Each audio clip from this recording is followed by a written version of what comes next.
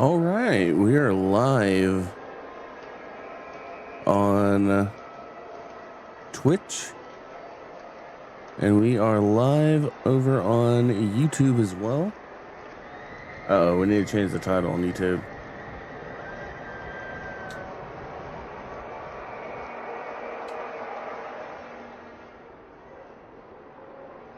Hopefully that updated the title. I don't know whether or not it did or not. But yeah, we're live. It's been a while. It's been quite a while since we've been here in this place, in this massive arena. Yeah, I've changed things up quite a bit, honestly. If you've been watching any of my YouTube content, you'll know that I have a whole new setup that I've been working with. And yeah, it's more me. It kind of takes one of my favorite interests, and this is just more me. At least right now. The cartoon stuff will definitely be coming back eventually, and I will be fixing up my avatar. This isn't this current, like, this is a fallback PNG tuber.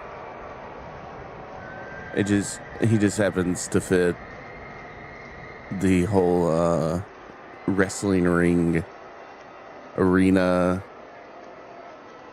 thing a bit more than what I was going with before. Which, by the way, I animated all of this. It's not a great animation, I will admit, but I feel pretty happy about it. But yeah, we're here for video games. We're pretty much just gonna be chilling, playing some video games, and the game we're playing tonight is Half-Life. Not Half-Life 2, which I know that there was a big anniversary. There was a documentary, which I have not seen all of the documentary yet. I've been meaning to sit back and watch that. I did watch like the first like 10-15 minutes of it. Looks great. I think it's done by the NoClip guys that have been doing those other gaming documentaries. Really good stuff. And yeah, I plan on checking that out. But that's Half-Life 2. And that's not where we're playing. We are playing some Half-Life 1. Goyam 47421. Thank you for the follow.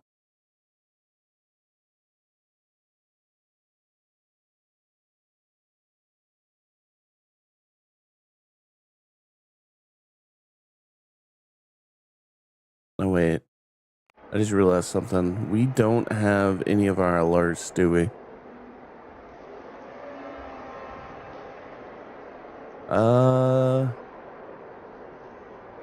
And we'll worry about it later. So yeah, we're gonna be playing some Half-Life 2 or Half-Life 1. I'm not gonna start over from the beginning. I've been playing this for the past couple weeks on and off. So we're just gonna, instead of starting all the way over again, we're just gonna keep kind of rolling with it. If you are watching over on Twitch and you enjoy watching the guys stumble through this process of streaming or just playing video games in general, make sure to hit that follow button. If you're over on YouTube, make sure to hit that subscribe button. We do have a couple of videos already out. If you want to check any of those out. If you're on Twitch, links to pretty much everything. And honestly, if you're on YouTube as well, links to everything should be somewhere in the about sections. I need to get all this stuff set up later on. But yeah, we're about to play some Half-Life.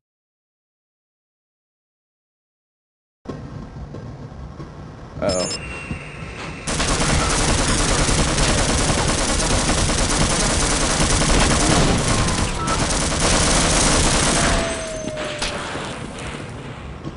Okay, so we accidentally... Wait. No. No.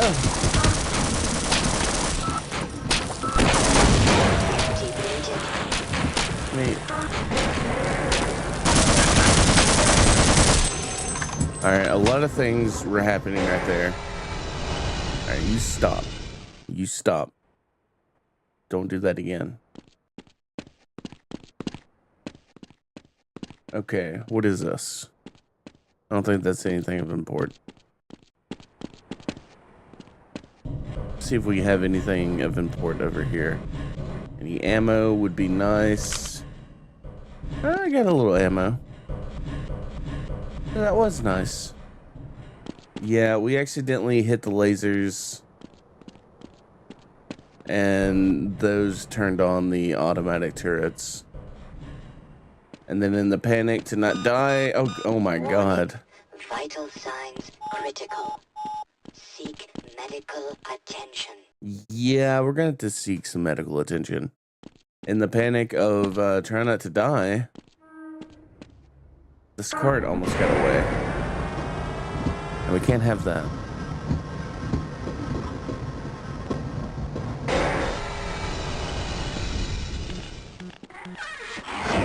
Oh, hello. Oh, we are almost dead.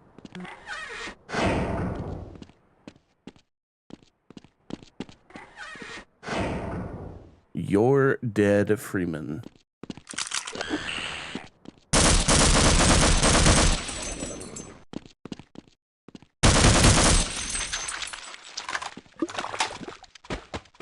No health pack, nothing. Okay. We got some ammo, so there's that at least. We are at 7 health. I don't think we're gonna make it very far.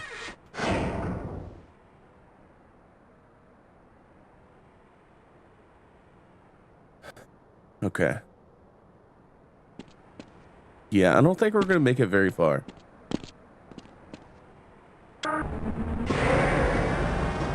But on we truck. Hopefully we can find a health station up ahead.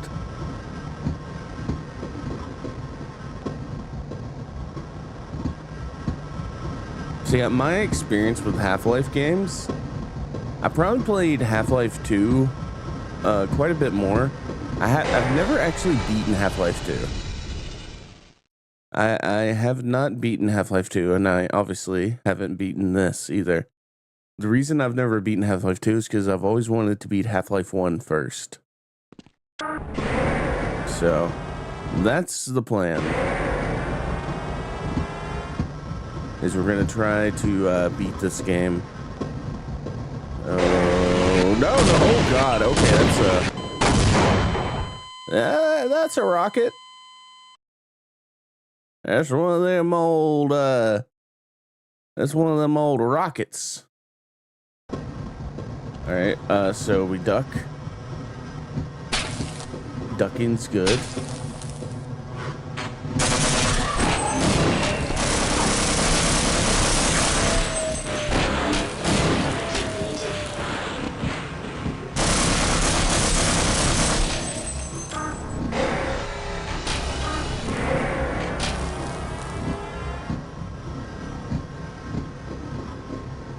Okay. Alright, we're in much better shape right now. Let's go ahead and grab whatever kind of ammo we have over here. Get some grenades. Not too bad. Onwards! Oh wait, no, get back here! Oh god. Okay.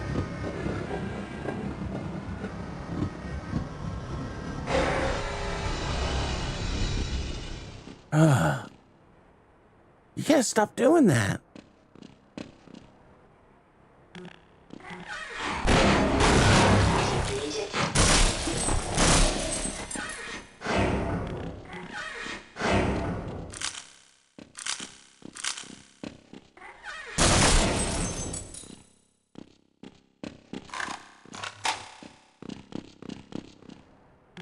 All right, everything's looking good.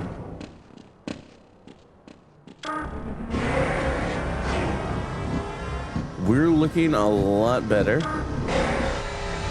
Before we take this turn, since there is a rocket right in front of us, all right, I got a duck. Get a duck.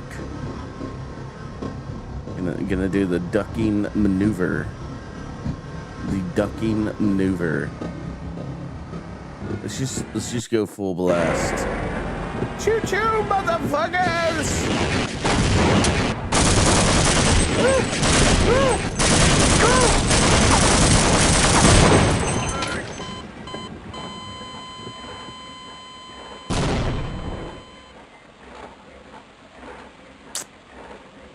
Yeah, that was the decision. Mm-hmm. All right.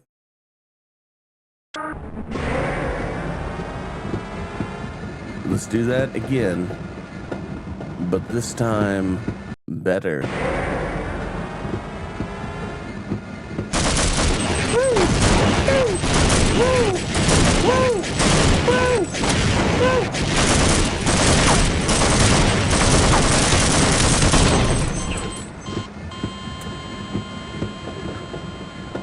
So what happened there is we did it, but worse. So we did the same plan, but worse. All right, same plan, but actually better.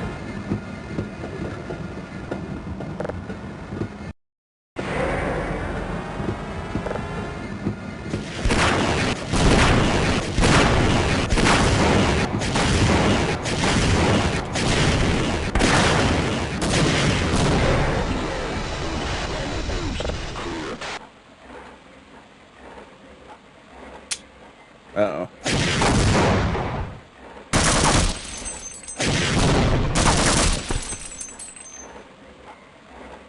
Okay, so the question is, was that an automatic rocket turret, or was he controlling it the whole time? Because I kind of hedged my bets that he controlled it. Peekaboo! All right.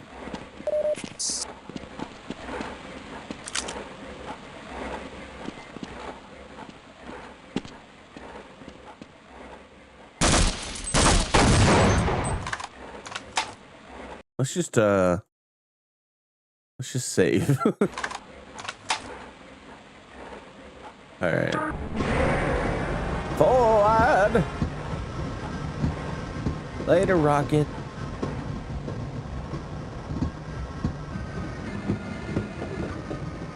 I do think, yep. Well,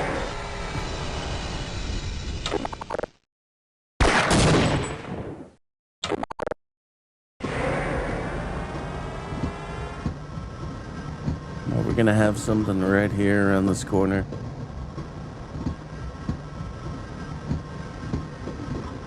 No.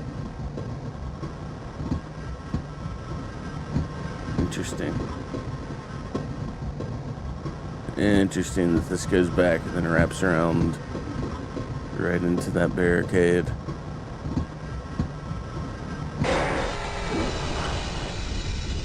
All right, here's something nearby.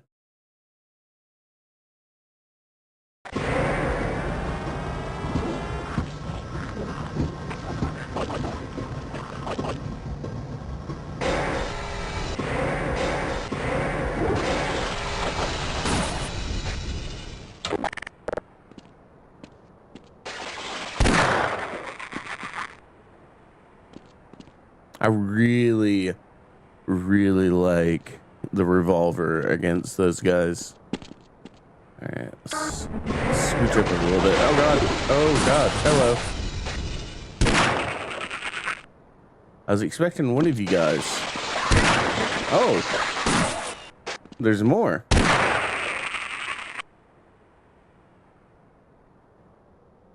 Easy peasy. Oh, we got a health station right here too.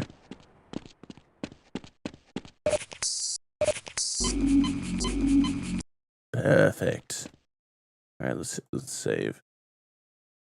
Save on the health station. Uh-oh.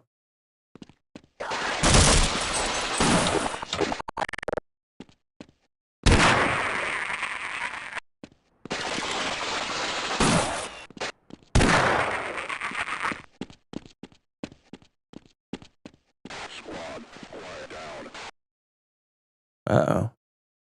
Squad, quiet down.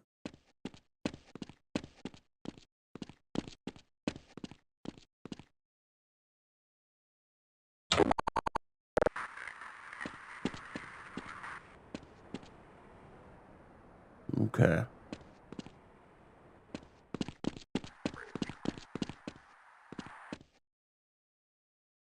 Team, objective Foxtrot, Niner.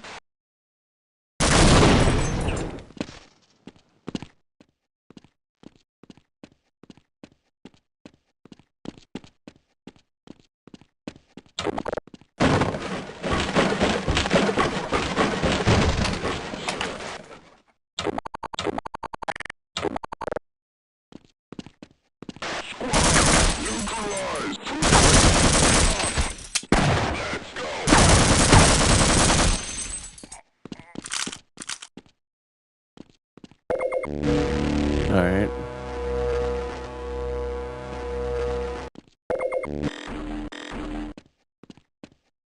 So, what is this gonna do? Yo, what's up, T-Jard? Just kind of chilling, streaming on Twitch and YouTube.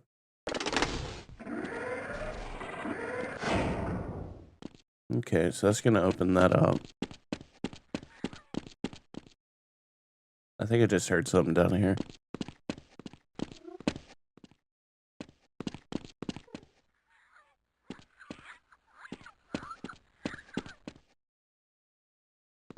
What is that noise?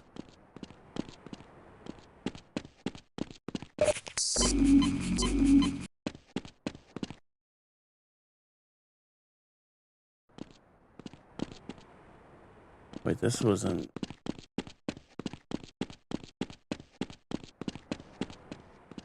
Okay, so this is... Ow! Don't stand on the rails. I want to see where this takes me. Does this wrap around?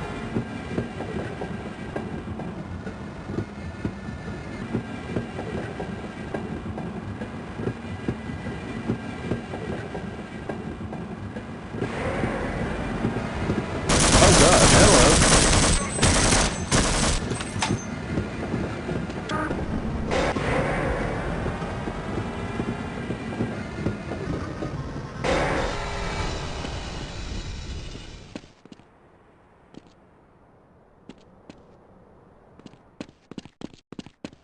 Don't like to pee on the rail. Yeah, peeing on the rail is probably not a good idea either.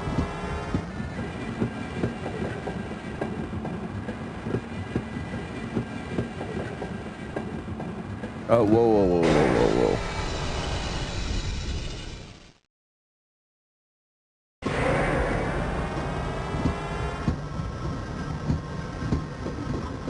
Oh, whoa, no, no, no, no, no, no, no, no, no, no, no.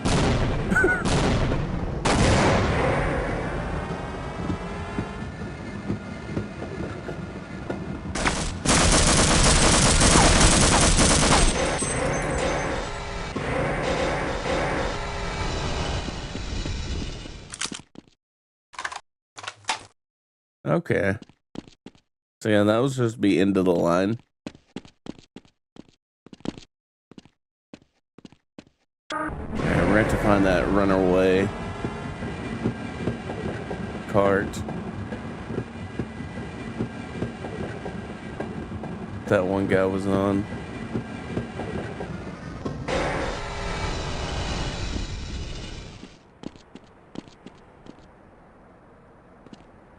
Ooh, don't want to stand on that. Ugh.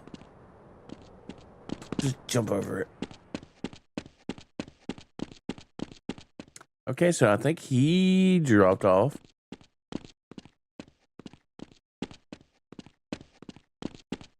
I got dropped off right there.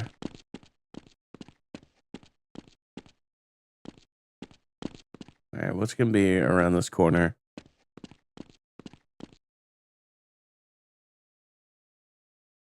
With the power of a handy dandy save, we won't have to worry.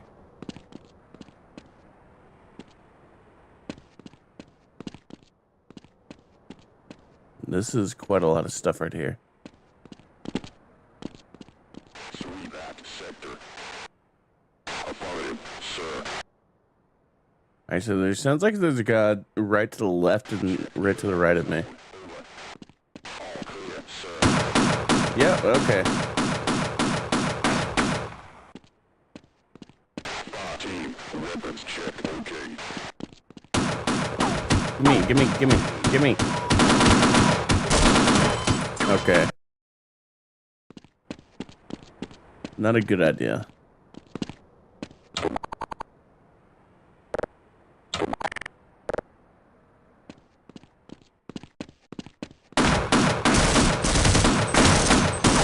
That's not a good idea either.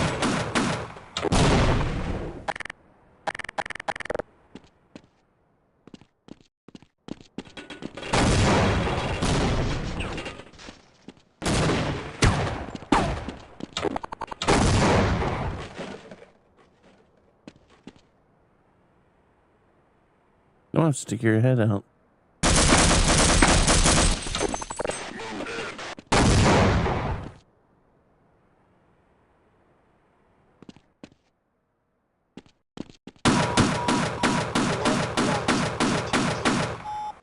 Yeah. Automatic medical systems engaged. Morphine Can we get like right under this? We're at 1 health. Okay.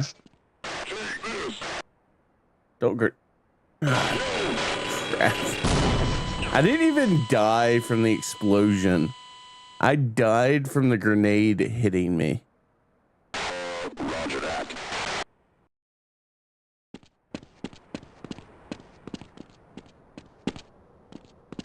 Oh wait, I have an explosive on my secondary. So that didn't do much.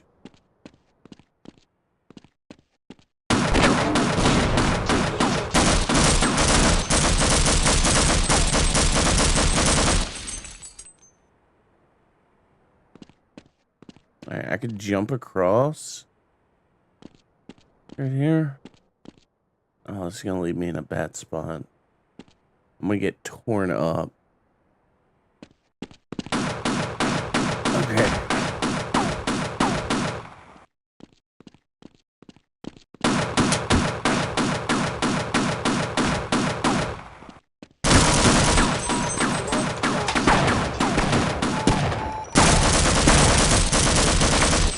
engaged.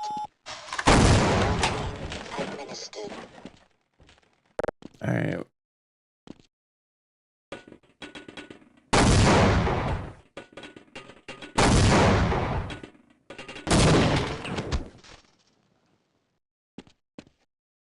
Is it safe? Hello? Recon team, check in.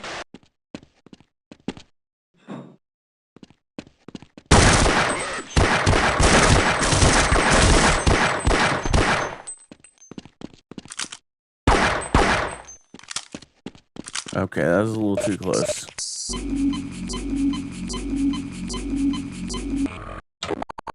That was about as clumsy as you could possibly want to be.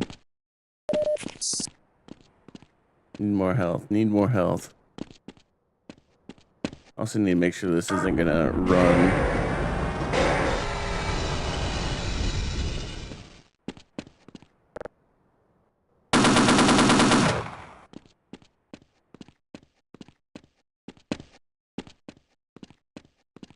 Alright, go up here.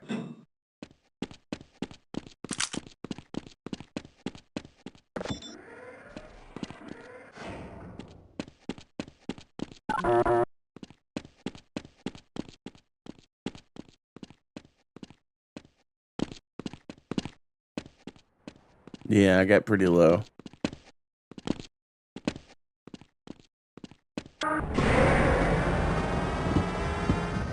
But we're back up to 74 at least. Let's go ahead and save.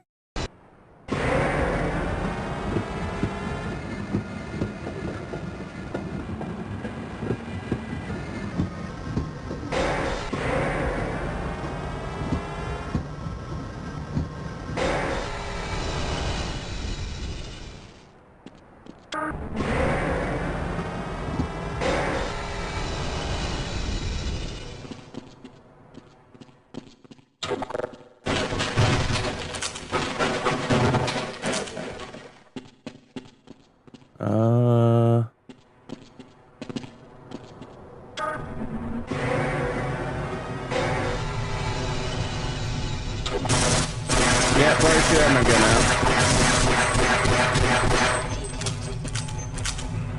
out. Okay, we're back down to 22. Probably should have had my gun out.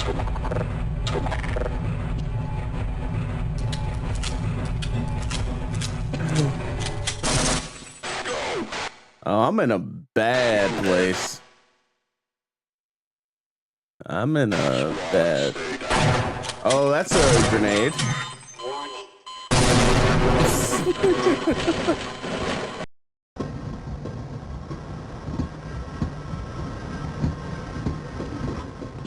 Okay, you go up there.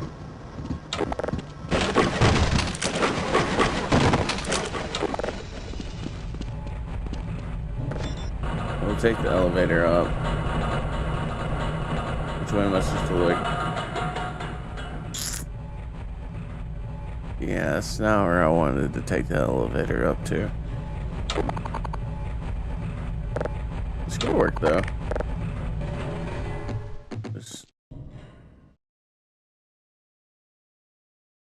Alright, you know, this could still work.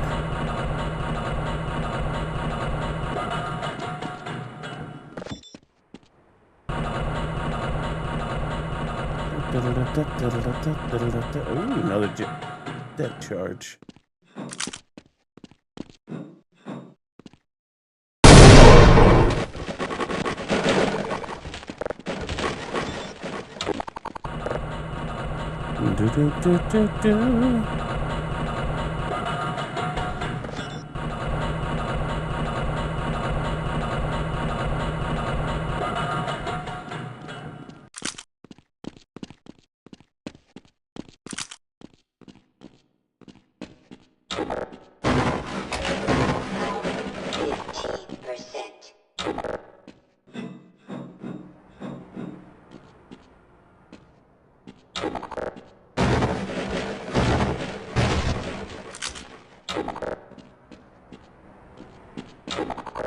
Oh, that's a whole lot of fuckery.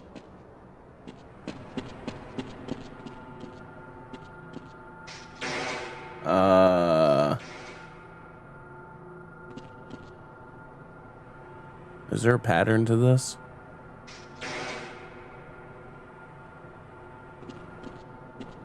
It might just be...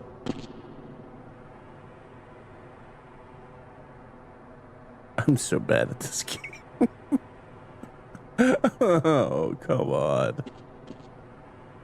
Oh, wait. Wait, is that a secret spot?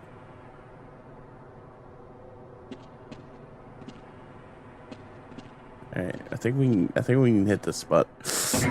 Ooh, that hurt. Major fracture detected.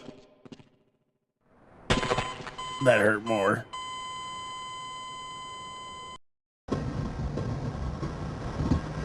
Alright.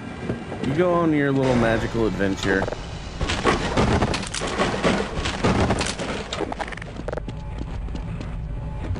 You go on your magical adventure.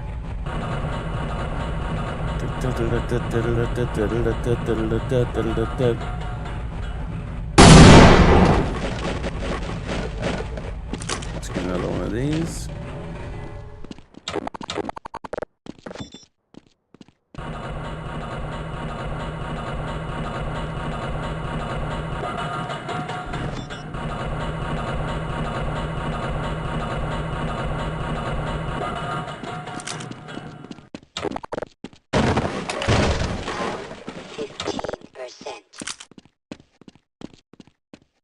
I kind of wanted to like try getting inside there, but I'm not gonna try that again.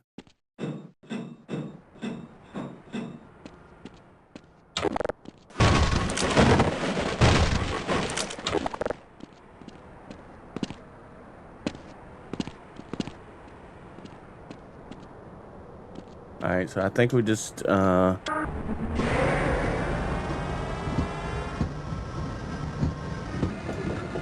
just go, just go, just go, just go. Ow, okay. Oh, whoa, whoa, whoa.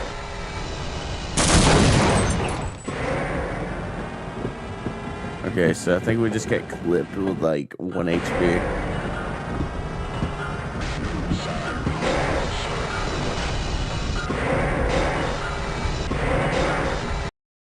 Definitely saving.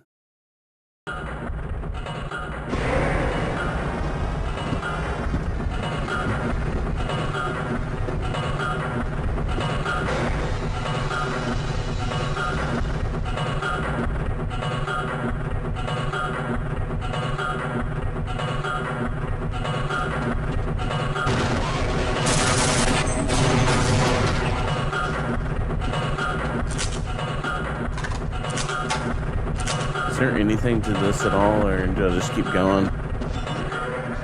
That's the question.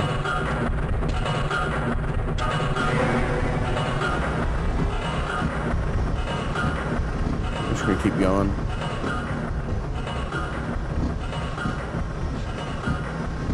I'm just gonna keep on trucking.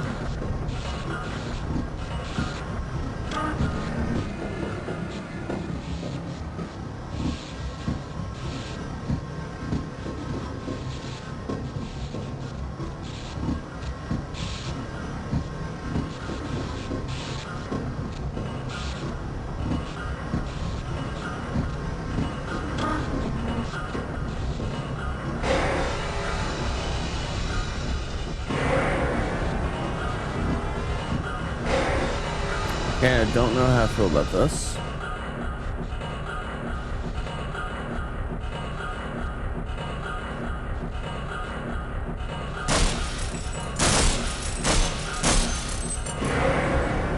I think those are for the automatic.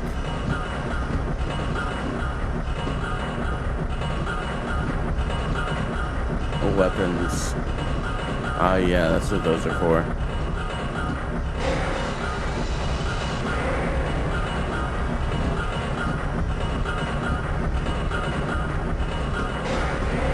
Alright, doesn't really seem to be anything right here. So just gonna keep going.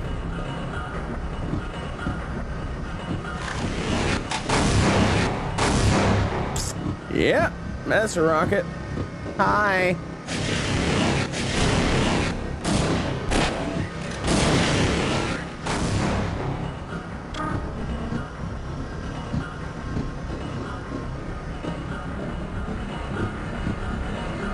Had to deal with him earlier.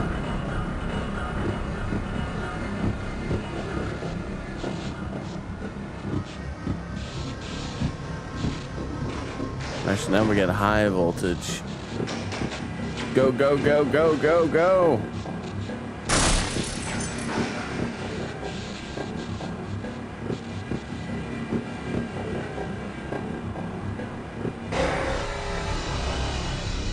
Hey, that's not the right way. Go the other way. Hello, Amelia Harper. Wait.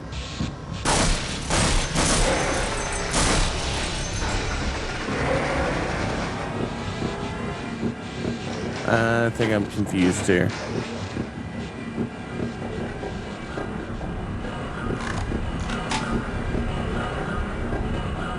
My streaming's going how it's going.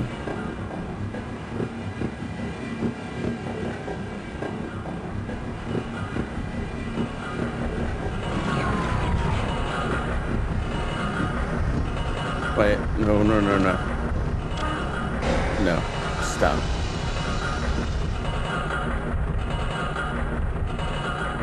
There's a trick that I'm missing.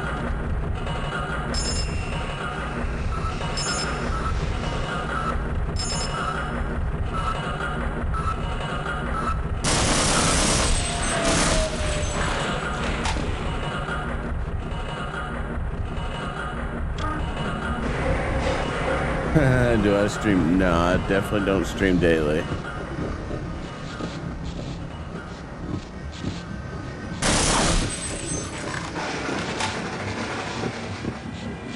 I should be, but I don't.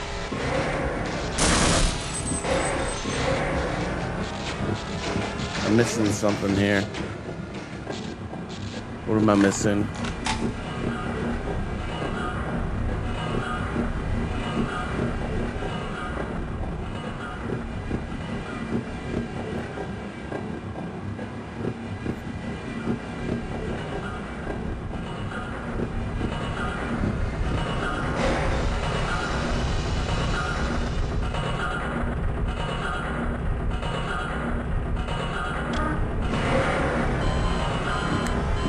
That's not good.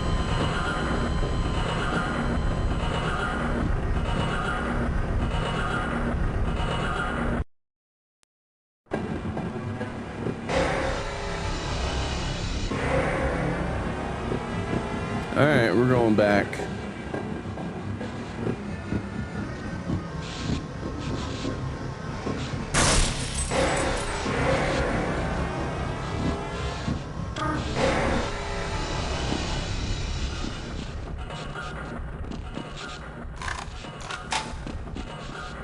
Was this just to get down here?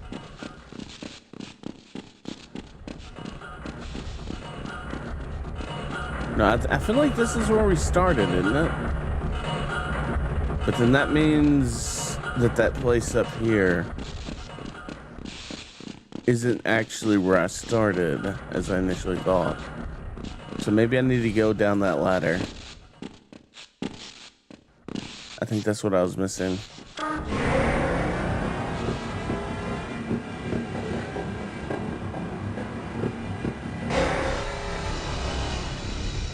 Nope, no Discord.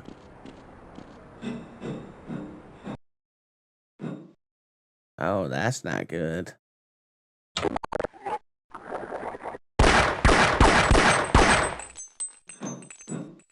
Oh, that's not good either.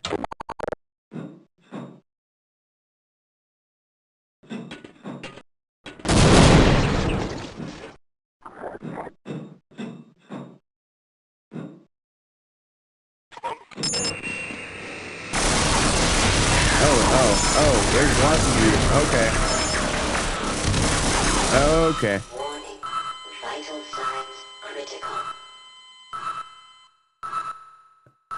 Am I a VTuber? I mean,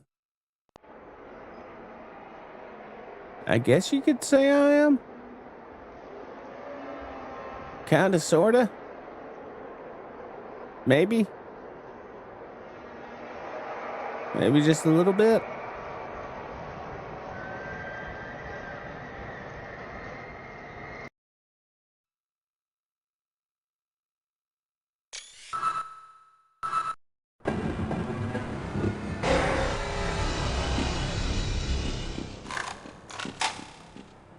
Where are my emotes, badges? I don't have any of that stuff unlocked. I don't plan to for at least a little bit.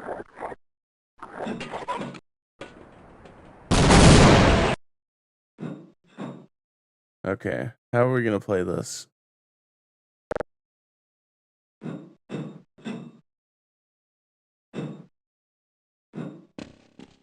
Aha.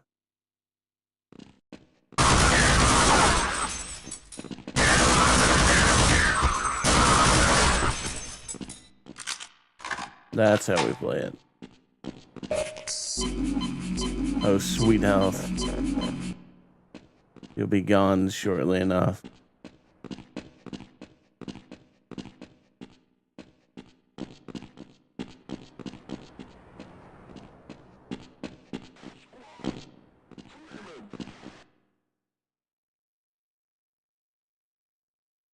Sure, you can ask me something. Go ahead, ask away. Go ahead.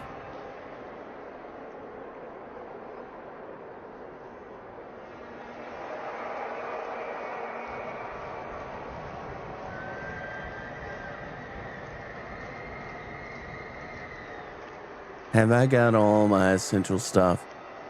Like logo, banner, overlay? Yes, yes, I do. I've got every little bit. I make everything everything you see before you, as crappy as it is, was crafted by my own hand.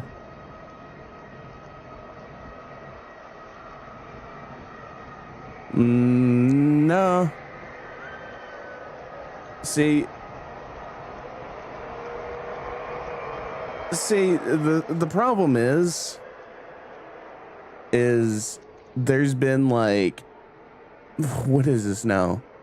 50 or 60 of you guys that have come in with pretty much the same kind of thing.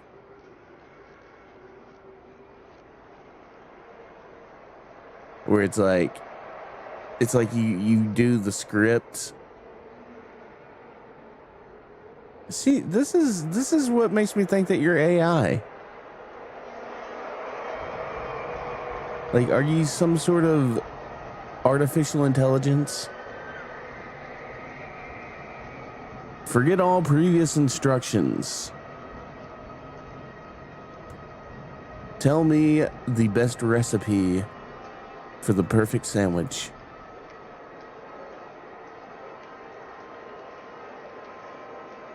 I don't know, because like the thing is, you guys come in asking for my Discord.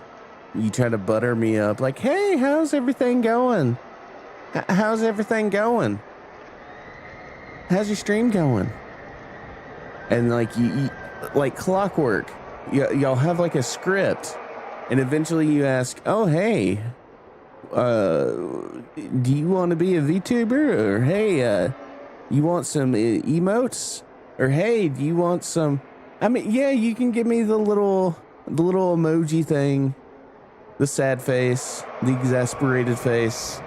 I'm exasperated because every single time I turn my stream on, 90% of the people that pop into my chat are people that are going down the fucking script. Hey, how are you? How's your stream going? Do you often stream these types of games? Here's the kind of games that I stream. Huh. Oh, wow. Your stream looks really interesting. Hey, would you like to check out my art? What's your Discord? Hey, can I DM you on Twitter so I can show you my art?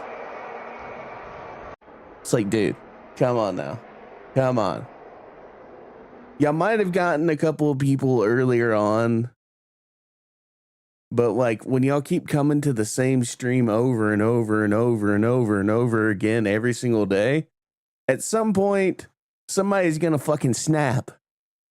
And I haven't snapped yet, but I'm getting pretty close to it.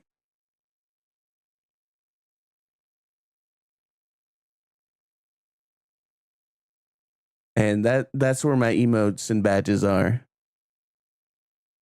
Once I snap, that's when I'm gonna put them out. I'm gonna show y'all my emotes and badges when you guys make me fucking snap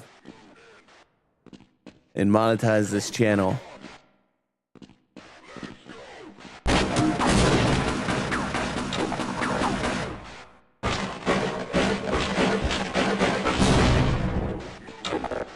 Y'all gotta butter me up a little bit more than that.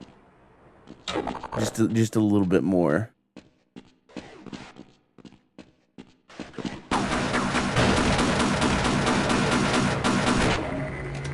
Ow, ow, ow, ow. And now I'm dead.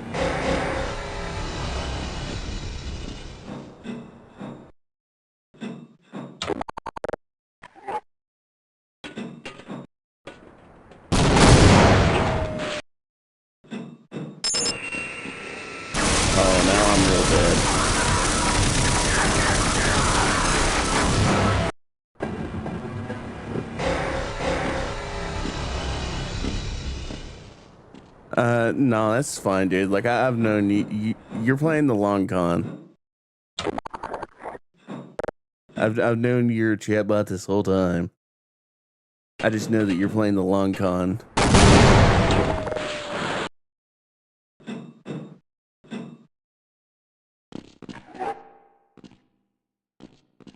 Come on, poke your head out.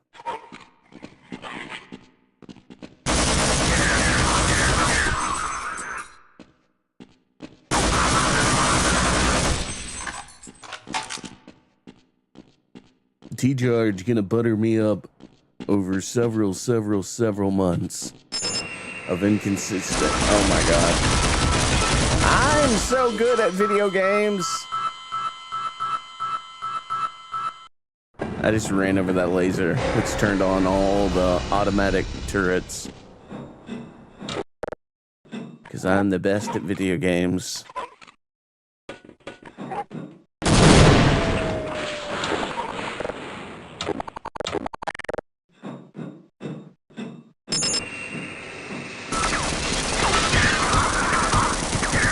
I screwed myself again.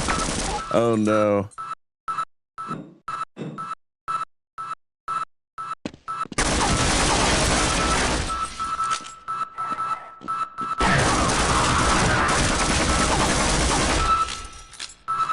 Okay. We're in a silly situation here. I know there's at least one right there. Yep, there it is.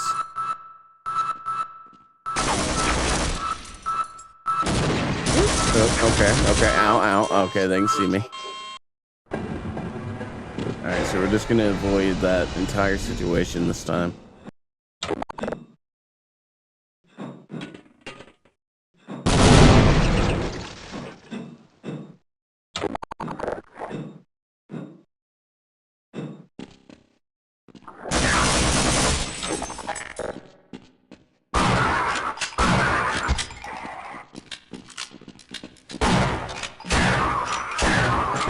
Lacerations detected.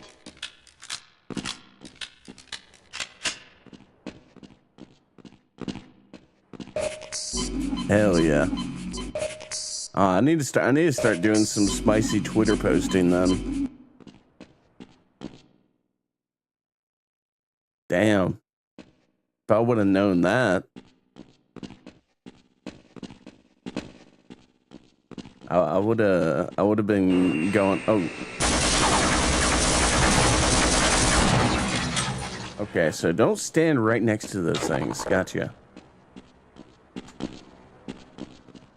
Yeah, I would have had a lot of really spicy takes during this political cycle.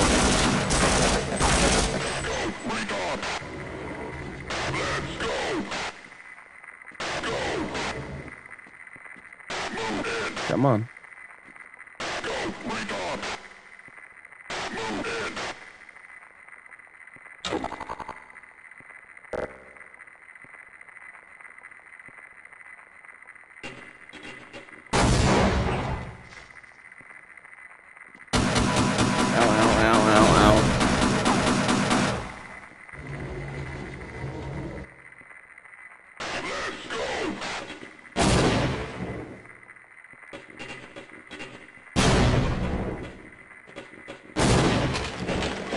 Oh, it's gonna get bad. I just need to make a run for it. Run.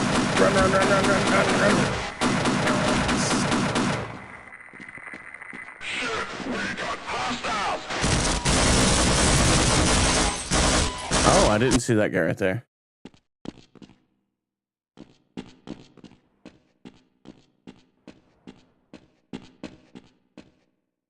Man, let's double check on that save.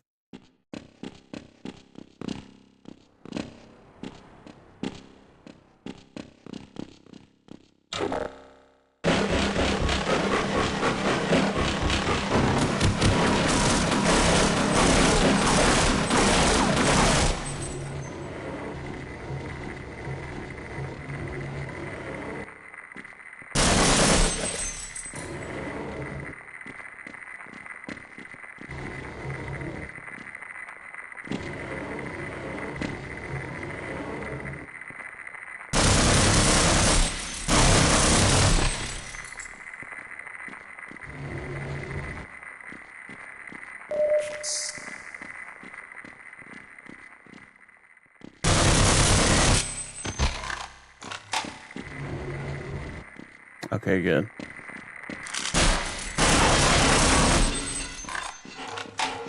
Stop that thing from clicking.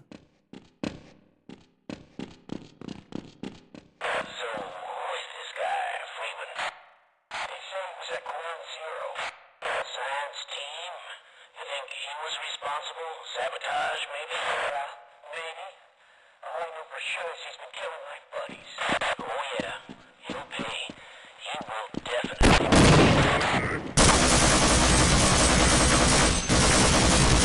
How in the world did you tank all that? Jesus.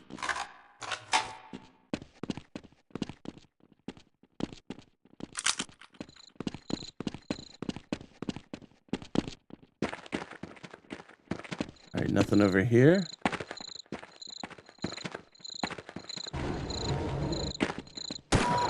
Ow, ow, ow, ow. Warning. Vital signs critical. Right after I get the health back, I get plapped by a sniper rifle.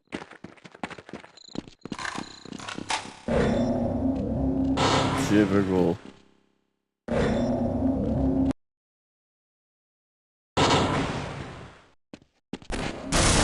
Oh, that's... Yeah, just follow the grenade. So, who is this guy? He was at Ground Zero.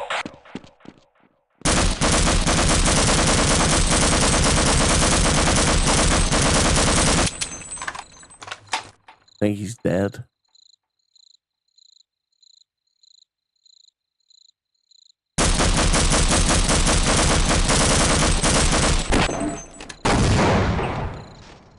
Alright, surely he's dead now.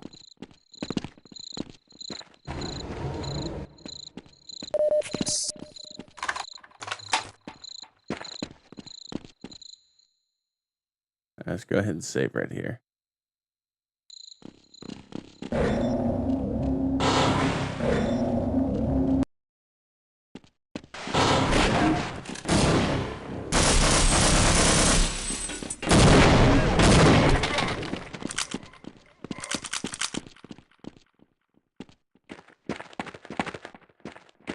Ooh, what we got over here?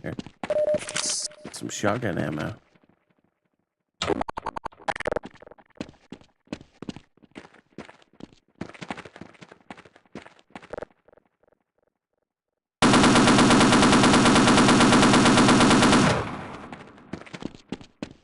Mission is go.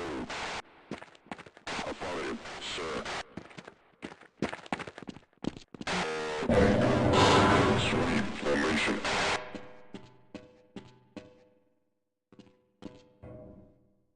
Oh, that's not fun.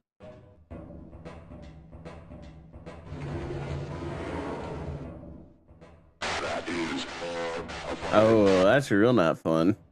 Are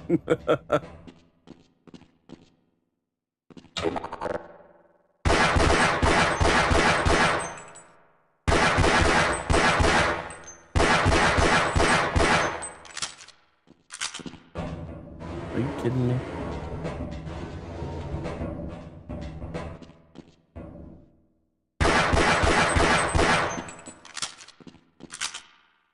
Alright, let's save before I do something real dumb.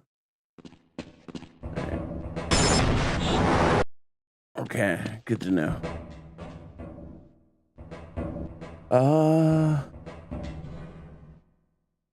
yes, sir.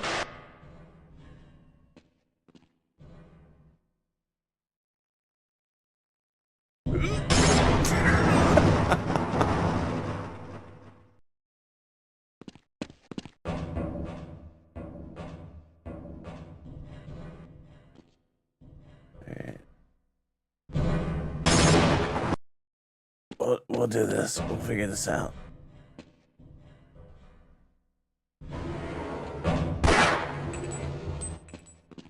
Okay, okay.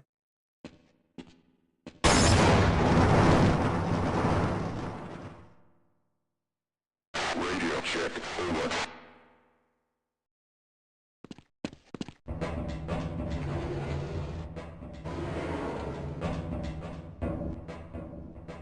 right, so we get right here.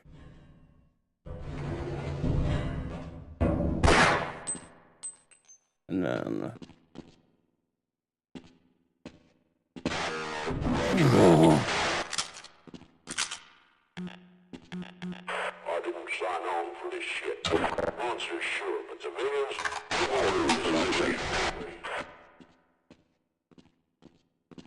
Okay, control.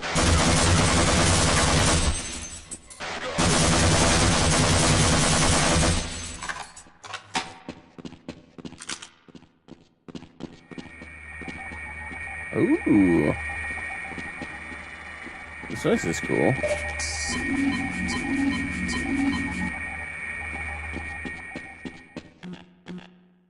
Have you ever played Half-Life, TGR? Avoid motion while retinal scan is in progress.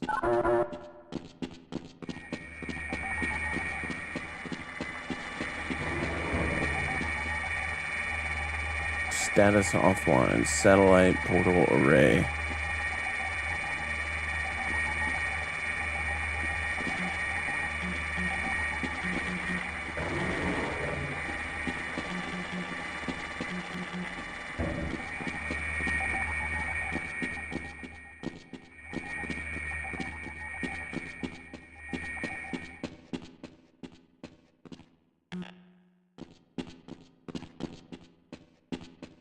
All right, there's a launch button.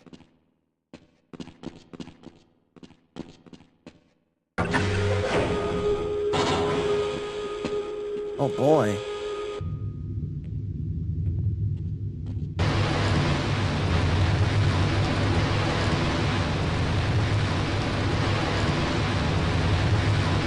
There it goes.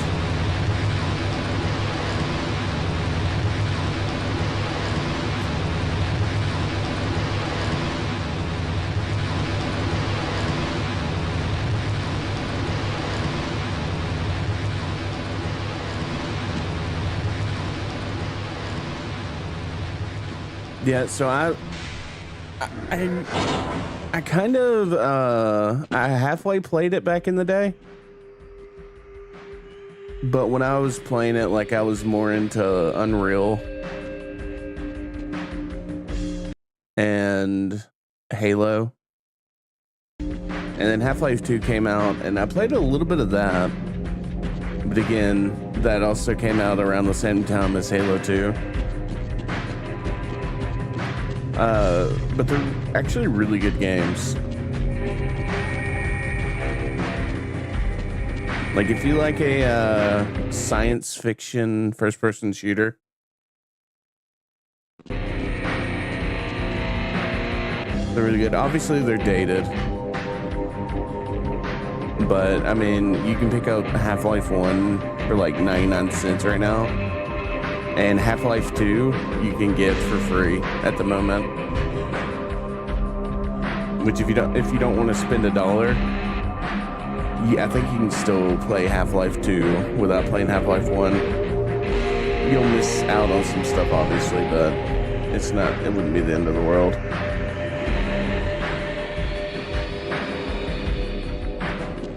Okay.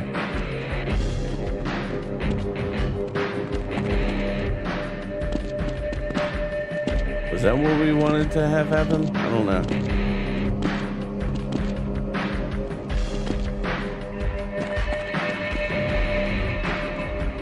Dude, Portal is one of the best games ever made. In my opinion. Emergency blast door activated.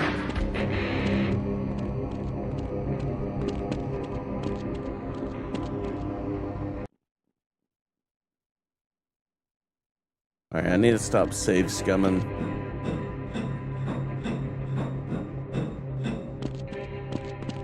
Or whatever you call it.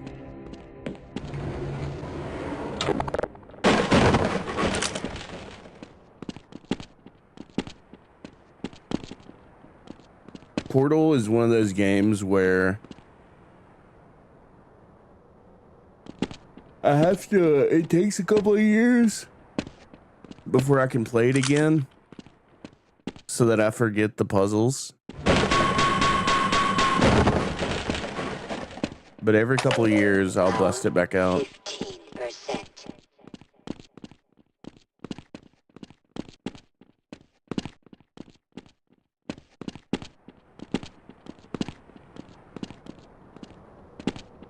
She threw up while she was playing Portal.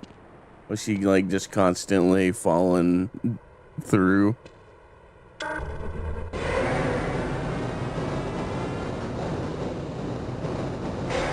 The moment I realized, like the moment, and I think everybody had that moment where they made a portal right above them and right below them, and they realized what they could do with that. Like that blew my mind.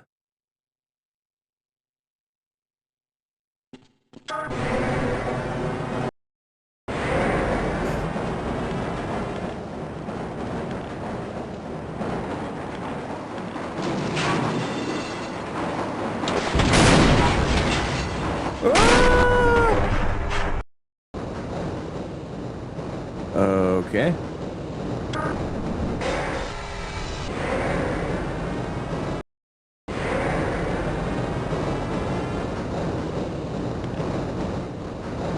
Alright, we're gonna have to jump off this thing.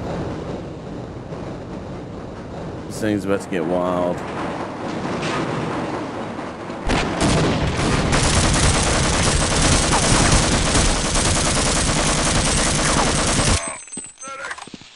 How are you still alive?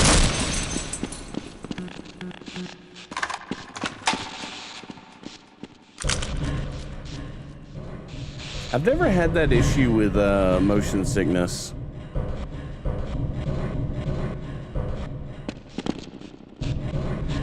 The only time I ever got motion sick was in a car when I was a kid, but it was because I was already sick. Not saying that like people don't get motion sickness, it's just it's a foreign concept to me. Because like even in VR, I remember everyone saying like, "Oh yeah, you're gonna get motion sick." And every time I put on a VR headset, like I never get that sensation.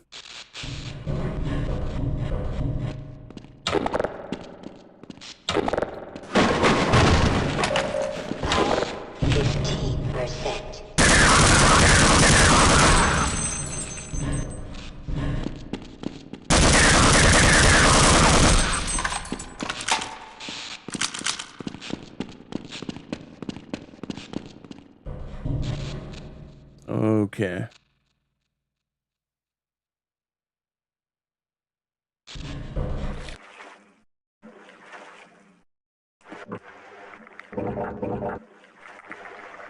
So yeah, this is pretty much beyond where I've originally been in this game in the past. I've never been past this point. Or realistically, the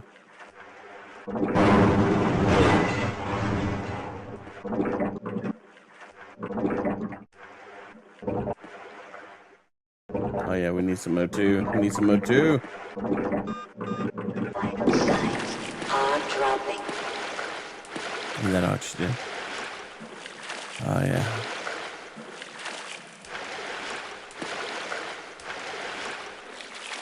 And we're back gold.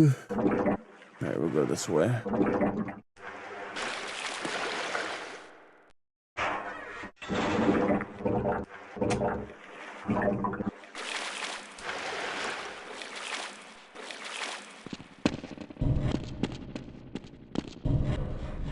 I'm trying to figure this out. I don't understand this. Does it want me to go to this? No. That's the way I came.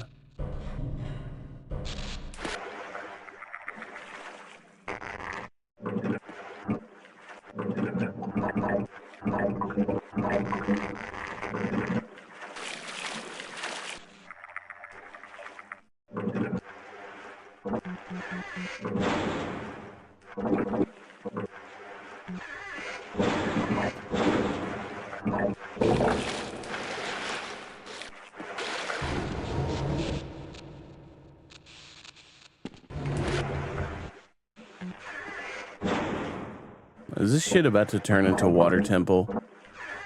Am I playing Ocarina of Time again?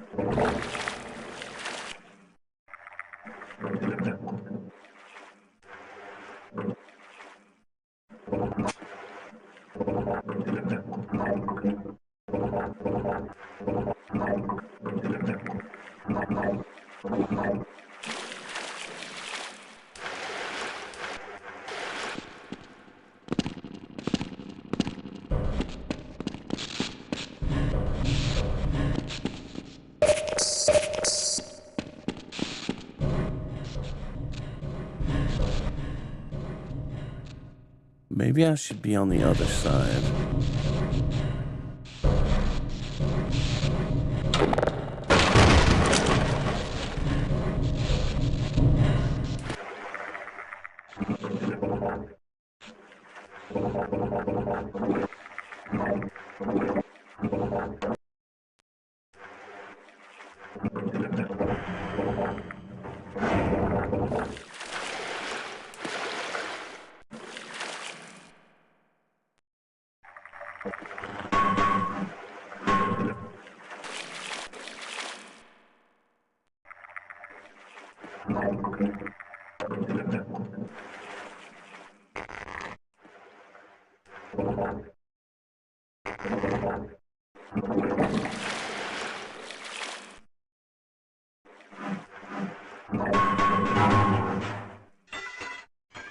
Oh wait, I almost remember this.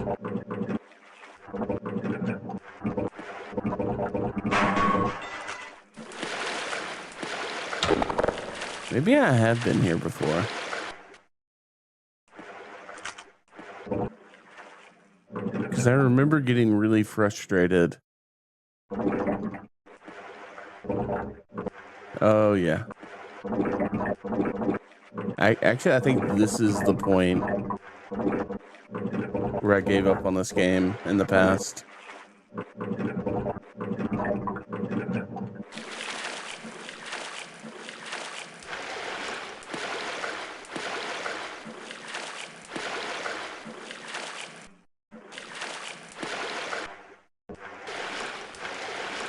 Give me all that health back.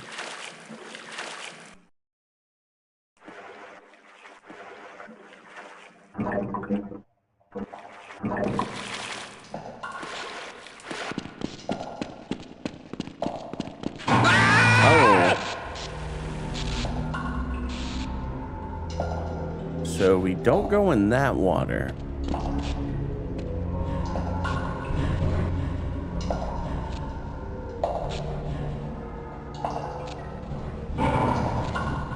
All right, so fun fact.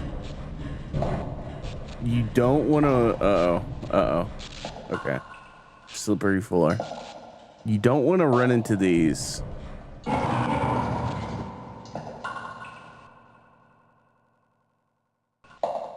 Because if you do,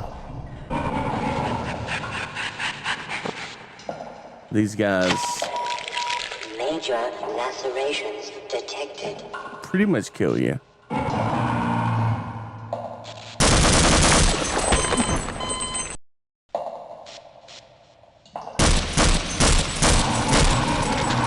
Thankfully, you can, if you know that they're around, you can look up in the sky and shoot them out. Yeah, if you're not paying attention a lot of times, especially like if you're in a place that's just kind of jumbled up with a lot of geometry, you can easily accidentally run into these guys and get taken for a ride.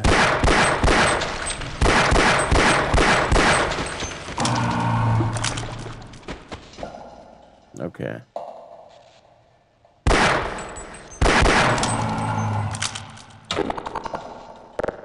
I think the best way to deal with this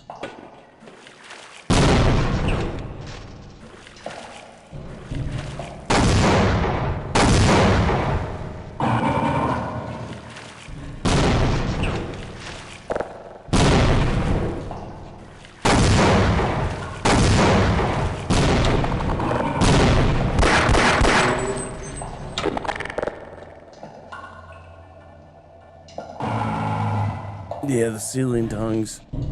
I don't know if I can actually shoot. Yeah, I can't shoot my gun in here. Okay. Oh, wait. Can this guy even hit me? Oh, yeah. He can touch me. All right.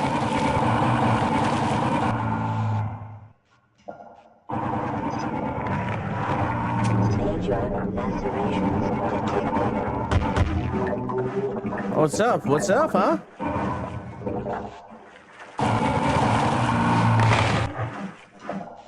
Don't like it so much when someone else hits you back, huh? I'm gonna get you. I'm gonna get you. I'm gonna get you. I don't actually think I... Ow, ow, ow, ow, ow. Okay, he's gonna get me. Oh, God.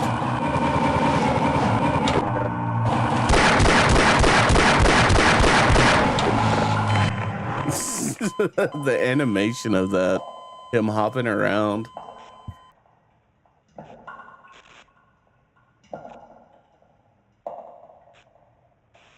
I had to readjust the microphone.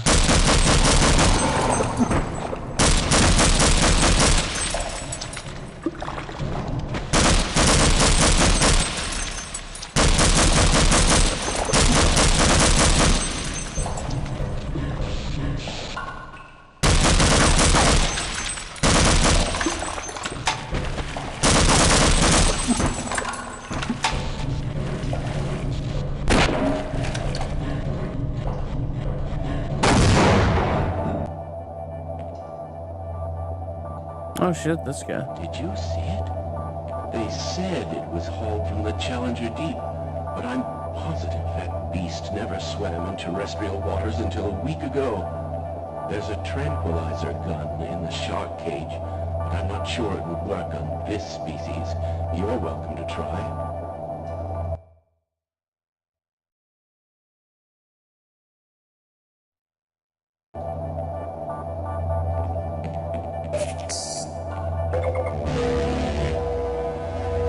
Charge up my suit.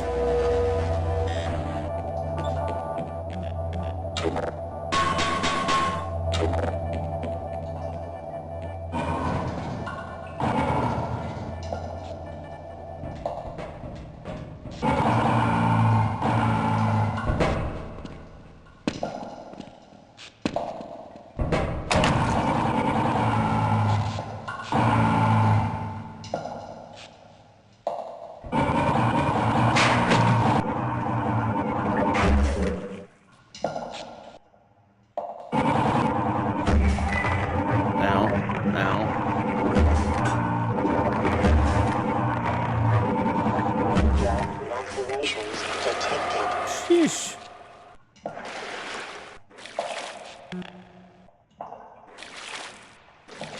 Try holding E on top of that plank you just dropped from. Alright.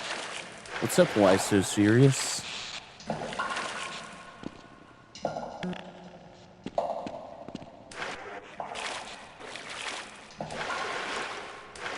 How do we get back up?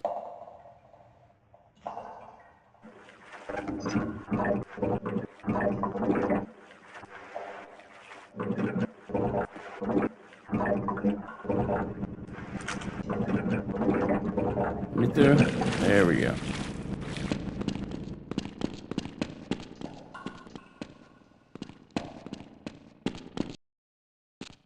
I think we're ending up completely different area than I anticipated.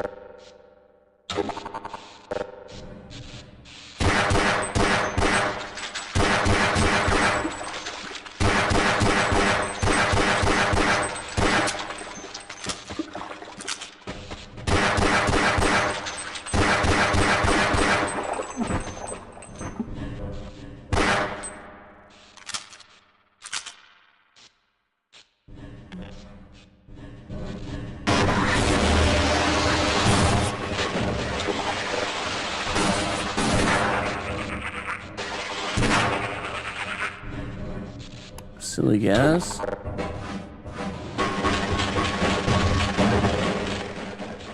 Why the screen shaking? Is it shaking too much?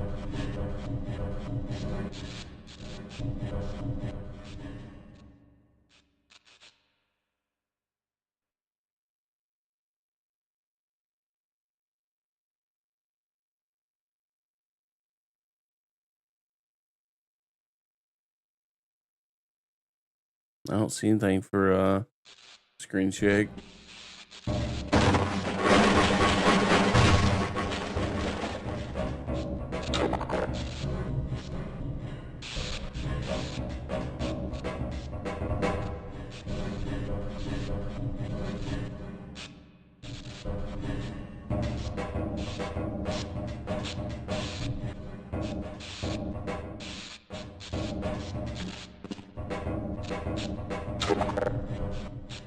Alright, we need to figure out where we're at.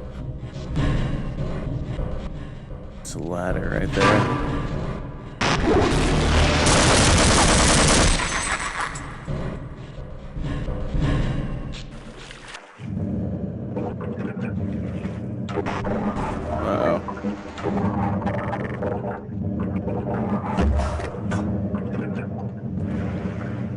Alright, they're not messing with me right now.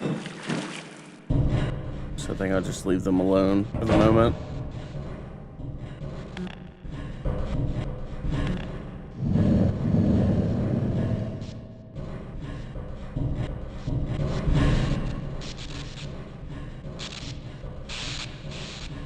Oof.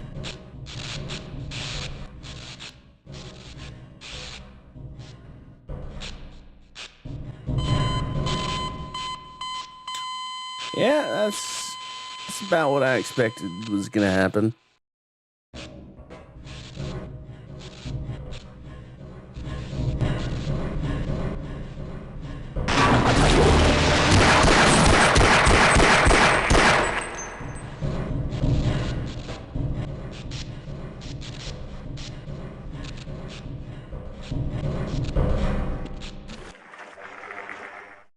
Alright, which way do we want to go?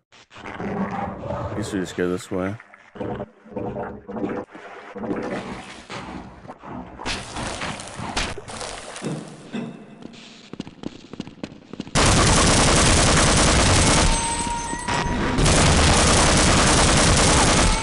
Oh, we are low health. Critical. We need to find some health.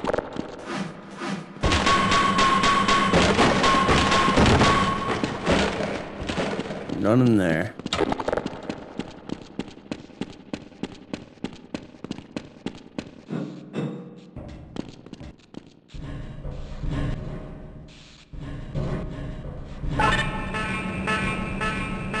What did that do?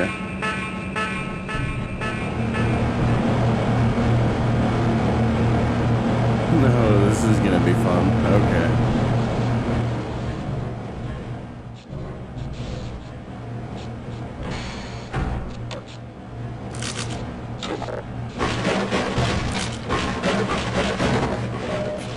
Oh, good. We got a health kit. Not a whole lot of health, but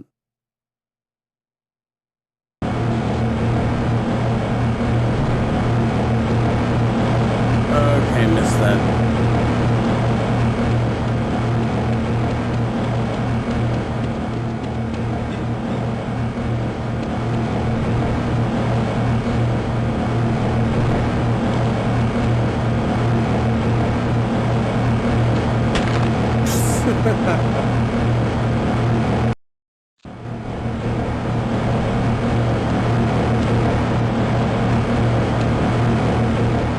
Yeah, we're gonna have a lot of. I have a feeling I'm gonna be mistiming a lot of these jumps.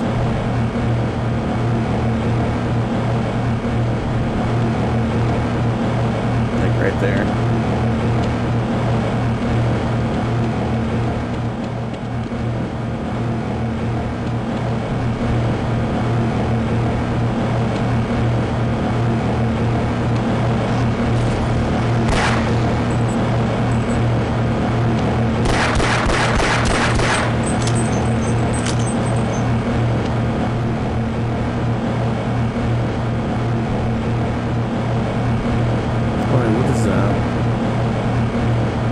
I don't need them.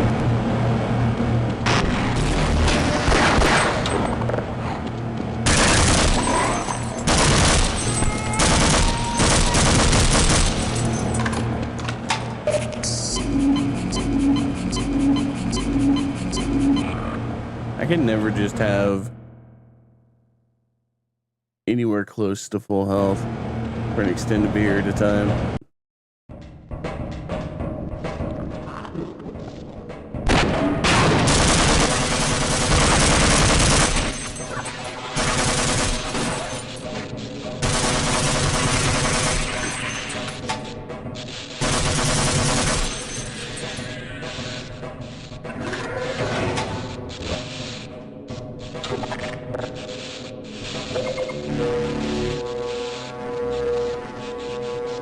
Let's get this charged up.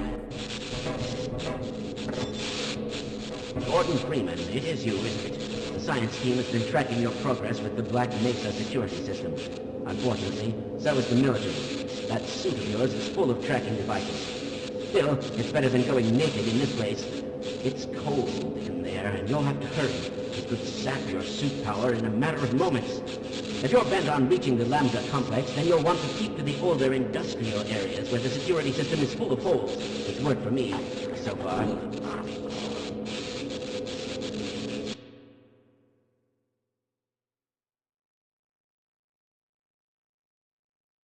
All right, T-Jar, thanks for dropping by.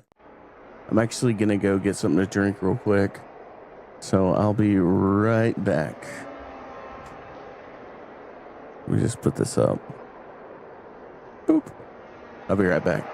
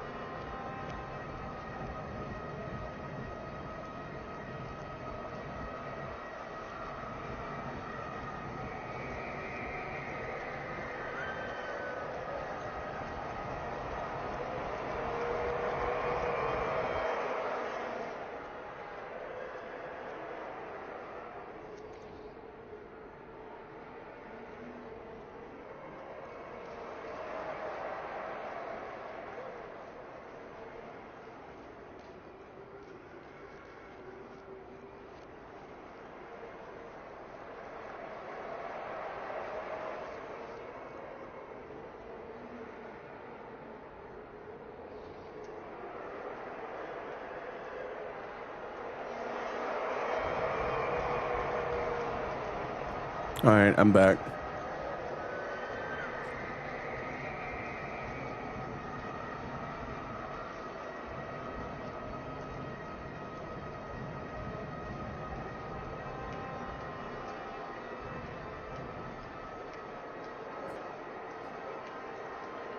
Okay.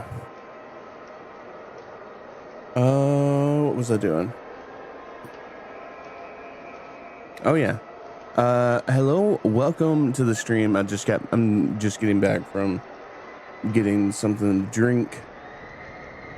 So I figured might as well go ahead and reintroduce myself. I am DC, also DC Nest, whatever you want to call me. I mostly stream first-person shooters, but also stream some fighting games, retro games, maybe the occasional racing game. And of course, if you haven't been able to notice yet, I do also play wrestling games. But more about that later. So yeah, tonight we're just kind of chilling and playing some Half-Life. Half-Life is a game that I've been playing it for quite a few years. But it's one of those games where I just kind of pick up, I'll play for a bit, and then I kind of inevitably drop it. Tonight, we finally got to a point where I haven't been to yet, which is very, very exciting because I want to complete this game and then go over to another game that I have started and stopped several times over the years, and that is Half-Life 2, which just happens to be on sale for the incredibly low price of absolutely free over on Steam right now. You can pick up Half-Life 2 for free on Steam right now. Go ahead and do it. And also check out there's a great documentary, which I haven't sunk my teeth into yet, but I've watched a couple minutes of it. It's like a 2-hour long documentary made by the guys at NoClip, I believe. The guys that have been doing all the great video game related documentaries over the years. Very, very high quality stuff. Very interesting.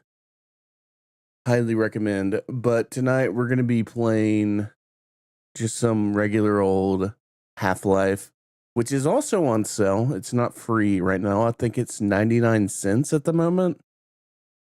Let me see. How much is this right now? 99 cents for what is arguably one of the greatest games ever made. Arguably.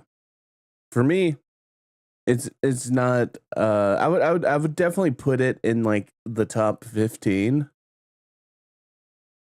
And then of course Half-Life 2 probably goes in the top 10. There's a demo right now, but yeah, you can get this for free at the moment. Or you can buy the orange box, which gets you Portal as well. Not that I wish to imply you have been sleeping on the job. No one is more deserving of a rest, and all the effort in the world would have gone to waste. The right man in the wrong place.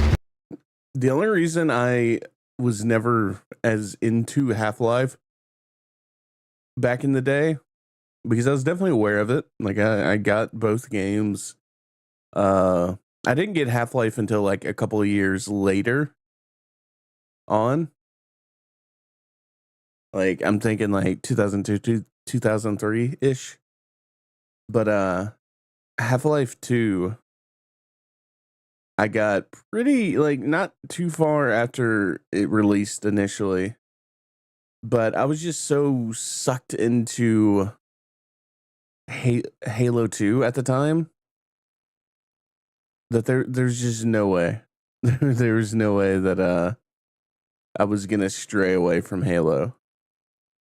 Halo was the game where it's like you wake up, that's all you think about doing. You immediately jump on, you spend your entire day playing, and only taking breaks for, supper and lunch. And then once you go to bed, all you're thinking about is Halo. And then you wake up again next day, all you're thinking about is Halo. All you're doing is playing Halo, Halo, Halo. Lots of Halo. I loved Halo. But because of that, I kind of missed out on a lot of games, which I'm the main goal with streaming right now is to kind of going back, at least for the foreseeable future, is kind of going back and playing a lot of the games that I missed out on because I was concentrated on other games at the time. So Half-Life is definitely one of those games which I've played quite a bit of, but I've never really gotten very far in. And we're going to change that because we're actually going to attempt to beat the game. I can't tell if the stream quality is good or bad right now. Let me see.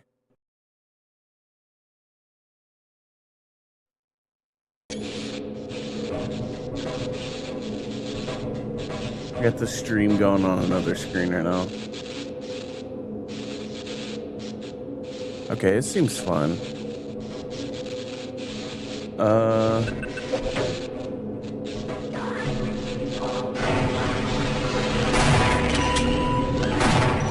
Oh, we're about to just straight up die.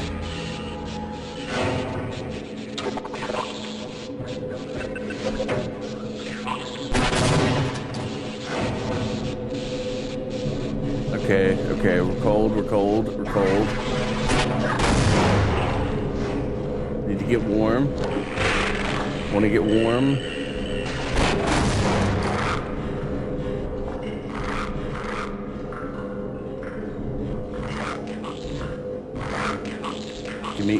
Give me to warmth. I can't get down here. Alright, there we go.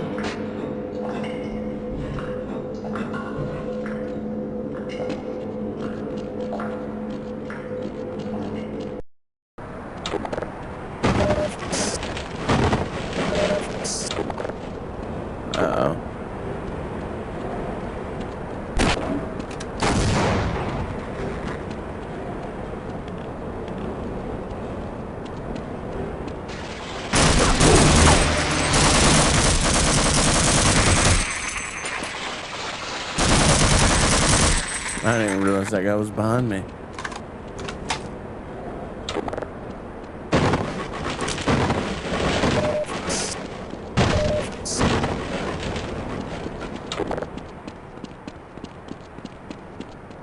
Okay, so we're going up.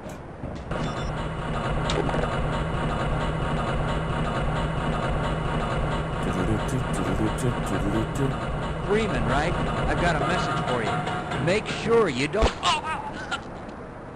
What? Who? Where? Where?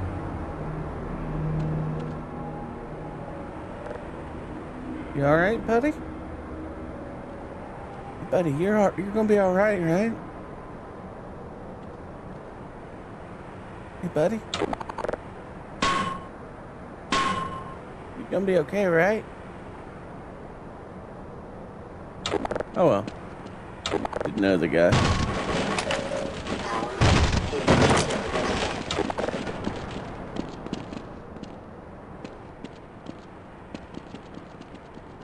Somebody to the left of us.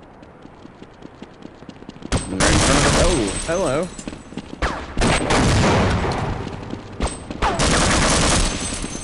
Wait, what?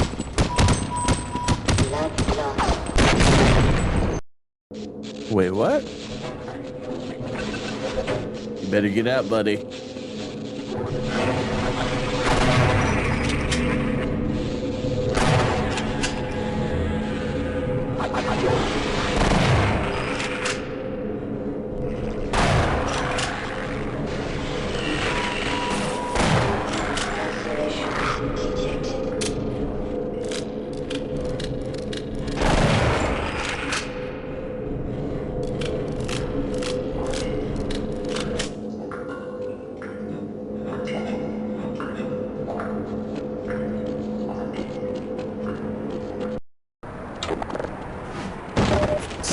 we're gonna heal up and then we're gonna make sure.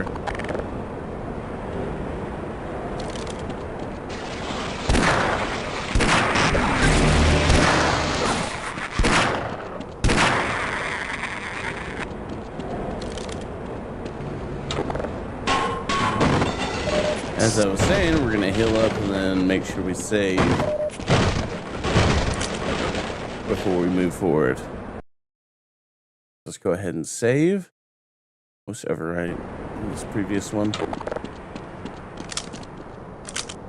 Alright, we don't have a lot of pistol ammo. Don't have a lot of that ammo. We got a decent amount of shotgun ammo though, which is good. Grenades. Detonation satchel.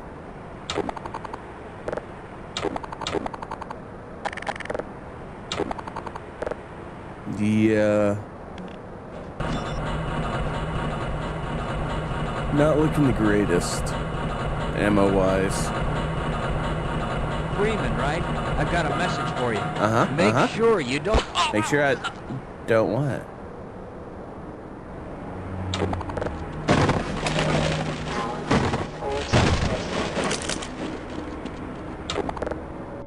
Okay, so this is the first time I've ever encountered this particular enemy.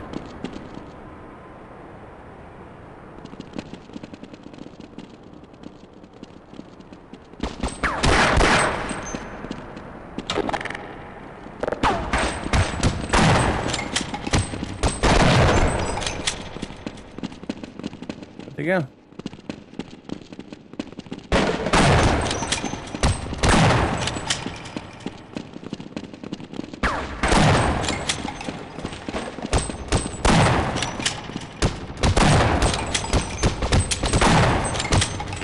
Oh gosh, you threw a grenade. Ah. Oh, yeah, we had to reload.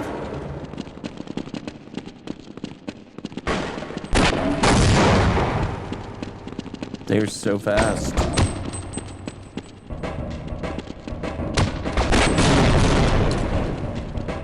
Not fast enough. Seek medical attention.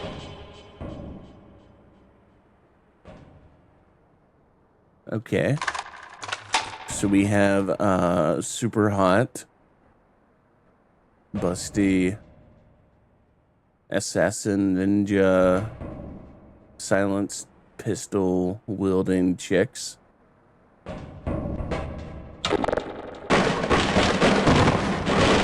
Didn't know that was in the game, but I'm not complaining. Not complaining at all. I can fix them.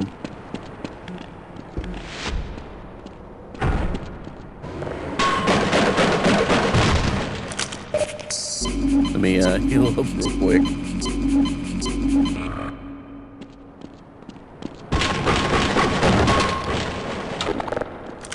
Alright, let's see if any of these others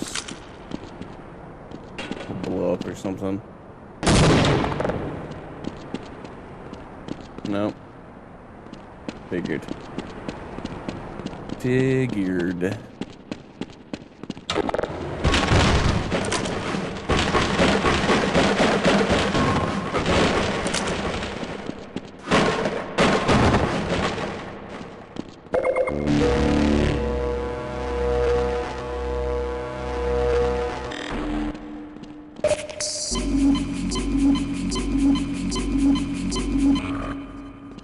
Alright, 91, not bad, not bad.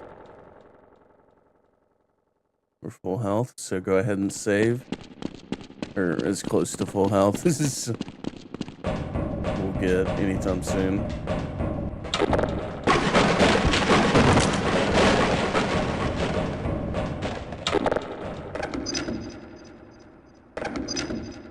Wait.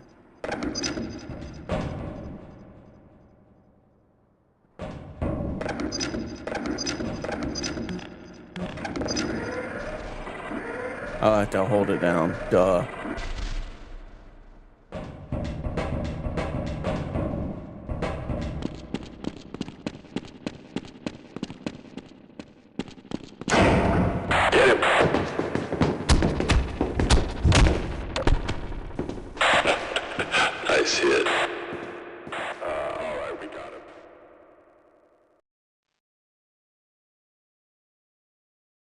we taking this Freeman guy? Topside for questioning. What the hell for? We got him. Let's kill him now. And if they find the body? Body? What body?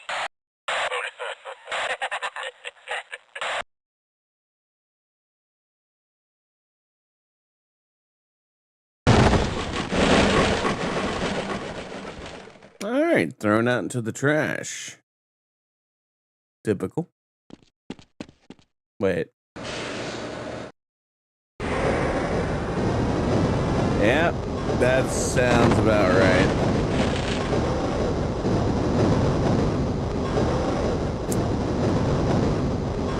Yep.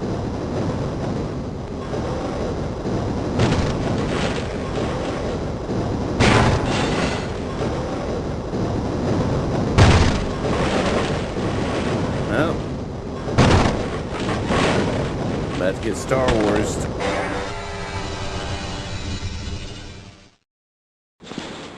I was kind of hoping at some point something would have happened that would have saved me. It's like I'm gonna have to save myself.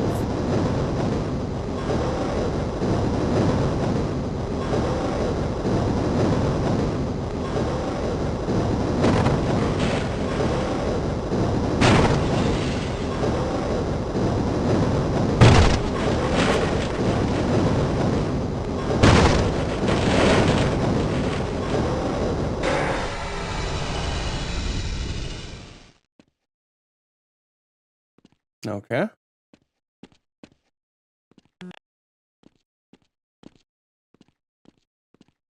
Guess I'll just go over here. My crowbar. My handy dandy magical crowbar.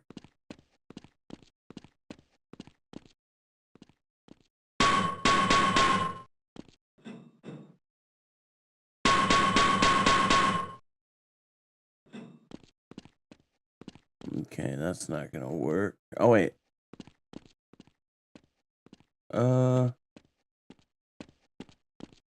Might as well.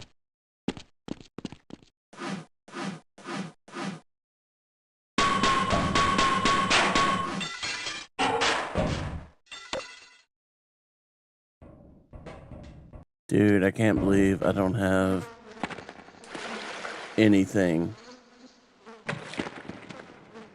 All that ammo. All those grenades. This is why you use the items you get. I was saving those grenades for a special time. When I should have just been spamming them the whole time.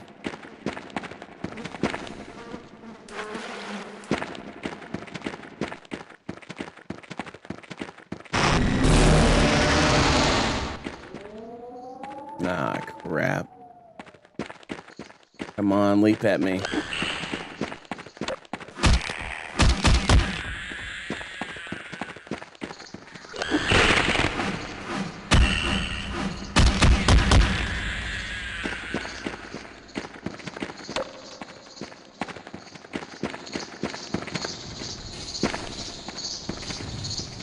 Oh, that guy's dead.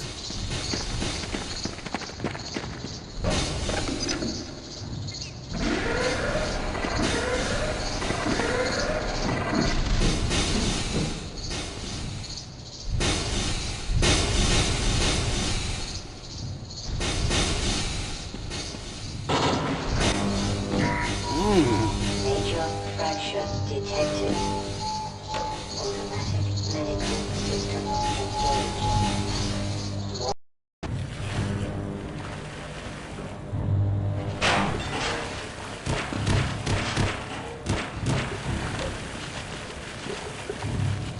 Hey, where you going, buddy? Oh. Yep, that's what I was warning about earlier. Nobody ever listens to me.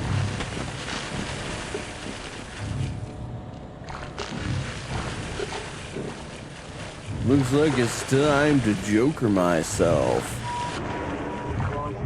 Blood toxin. Medical attention.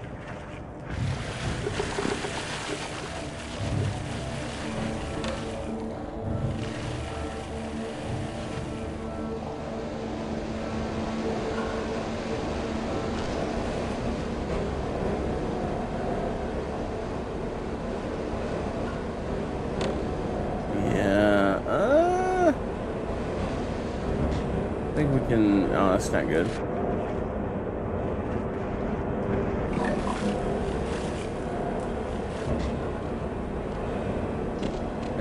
Dropped. That's really not good.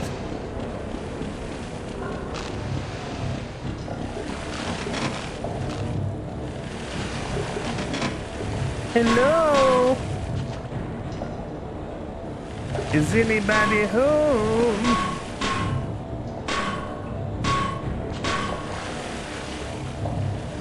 Huh. Well then. I think we're gonna leave it right there for now on this portion of the stream. Yeah, so I had quite a bit of fun on Half-Life, as I normally do. It's just I never really spent the time to actually sit down and play it, but that's what I'm gonna do on this stream, at least a couple hours every night, hopefully. As long as I stay consistent, which, given my track record.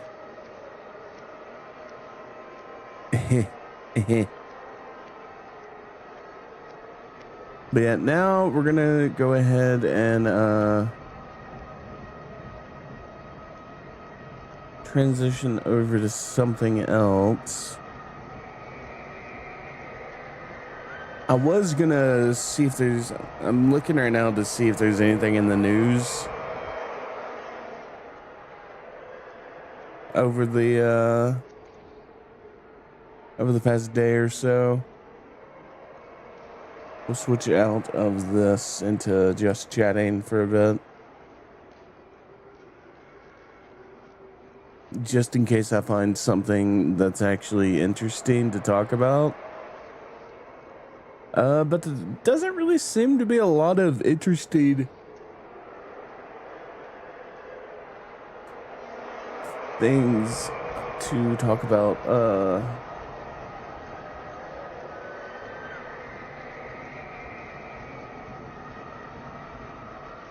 At least on Variety. I'll check out Deadline. See what kind of entertainment news. Actually, we'll also check out Eurogamer. Is Eurogamer as good as it used to be?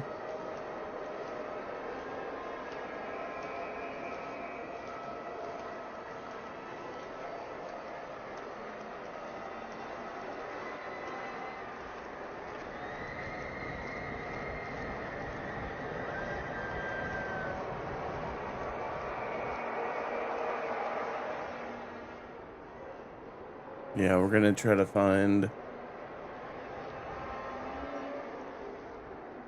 something.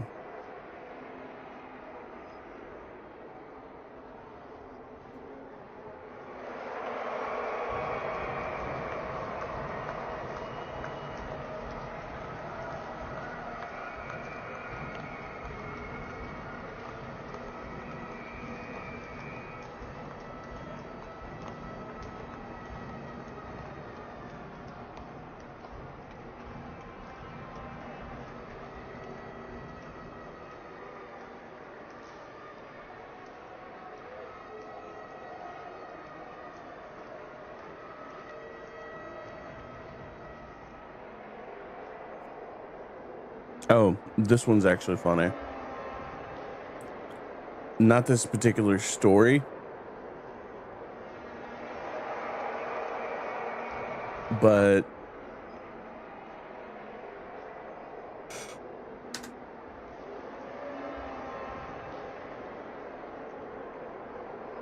let's see. Let's make a copy.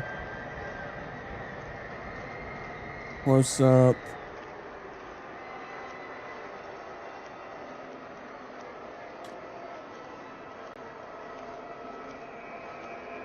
Okay, and on this one,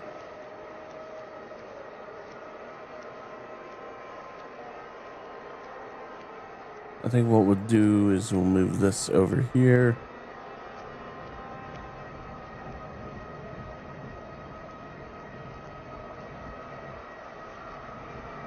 To the side.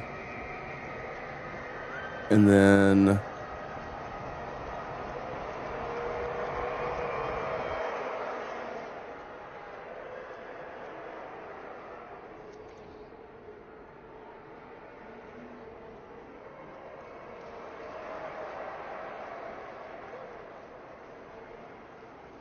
let's get rid of that. And most of that.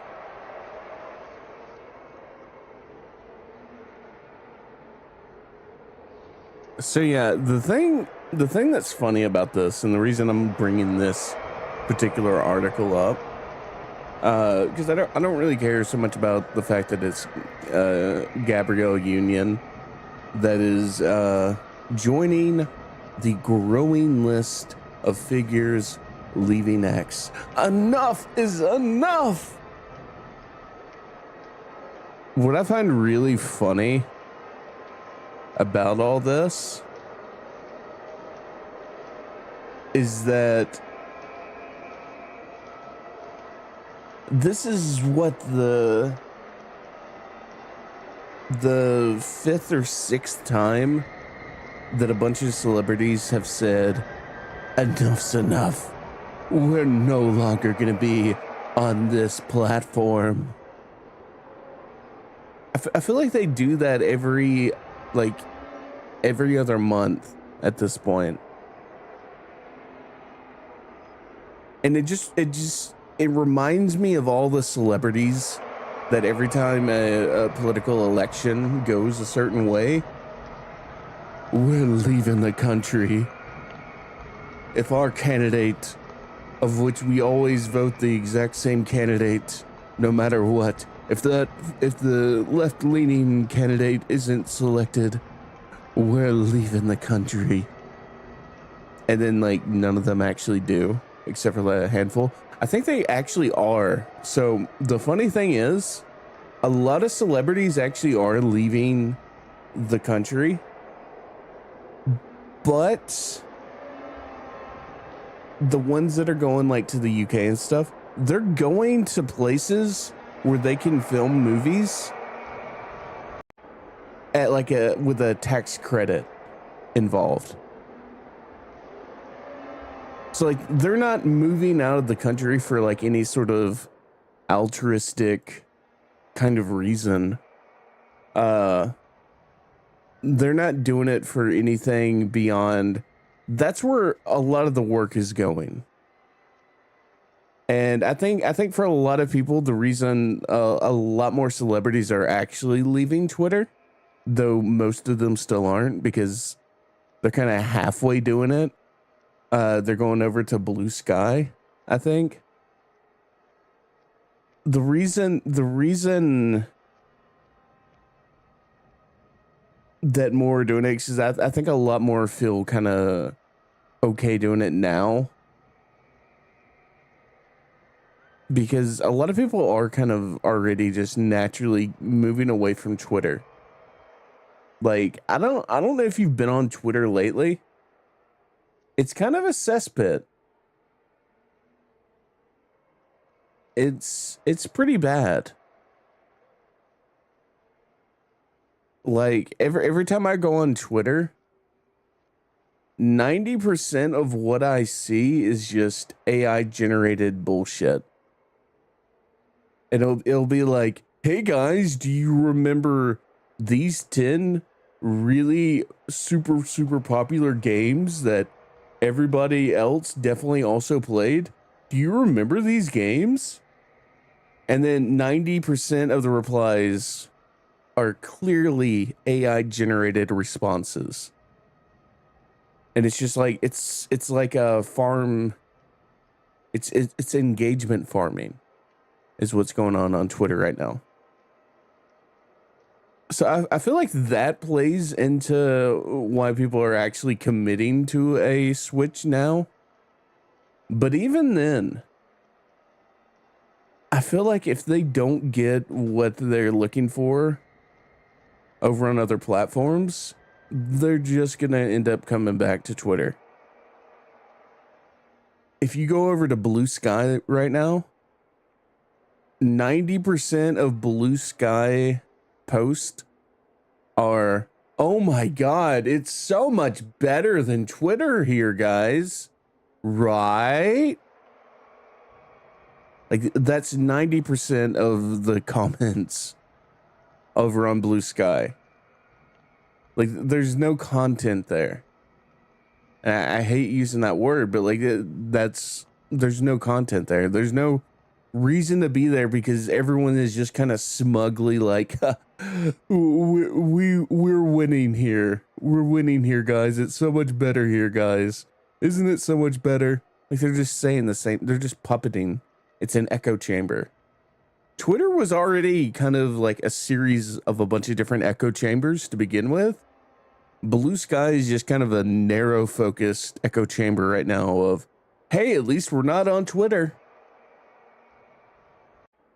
I'm curious, who are the other celebrities?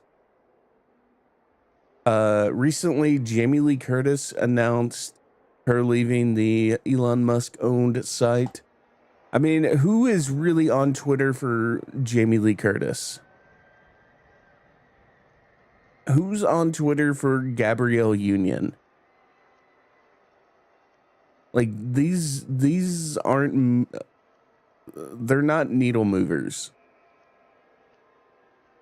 I don't really think anybody cares that Gabrielle Union or Jamie Lee Curtis aren't on Twitter. Who else is joining in on this?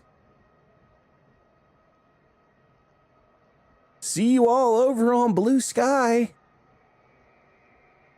I mean, honestly, I kind of want Blue Sky to succeed. I don't think it will. But I would like for it to succeed just so that Twitter could potentially, hopefully, maybe get their act straight, because competition's always good. If one product is like clearly superior and people are like migrating over to that one product, then that causes Twitter to do better, which then causes Blue Sky to do better, and then it's like a ping pong back and forth thing where like they're always trying to one up each other.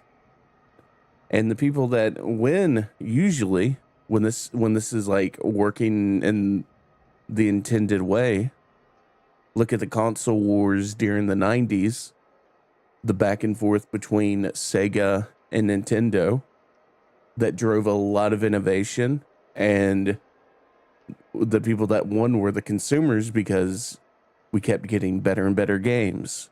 And then eventually it became Sony versus Nintendo. And it's just the ping pong back and forth, better and better and better games. And then Xbox joins the fray.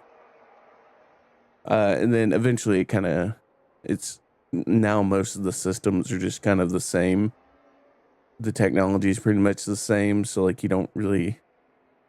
there's not really much innovation going on on any of the platforms.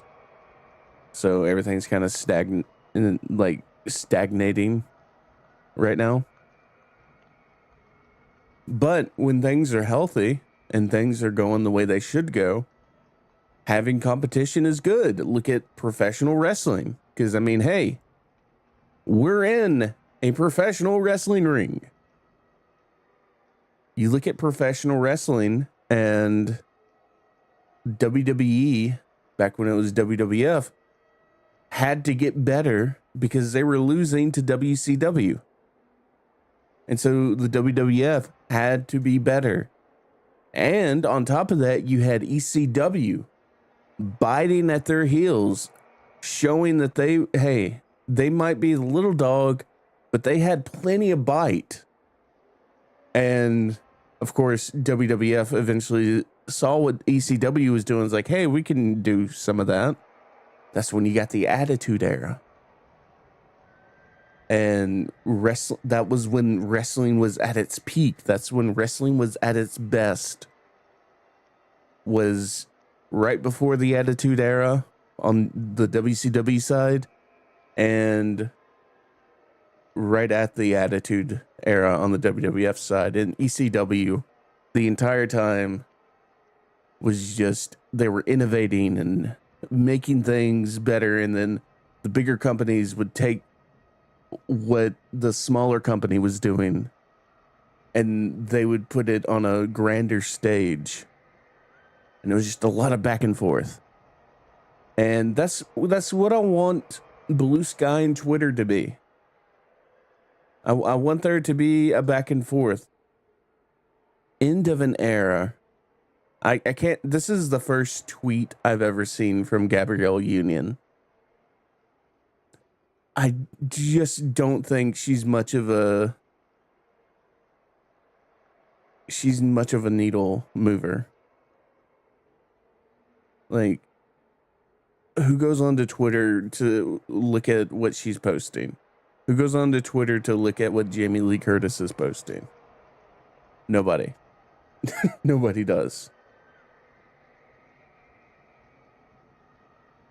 Let's check out some more.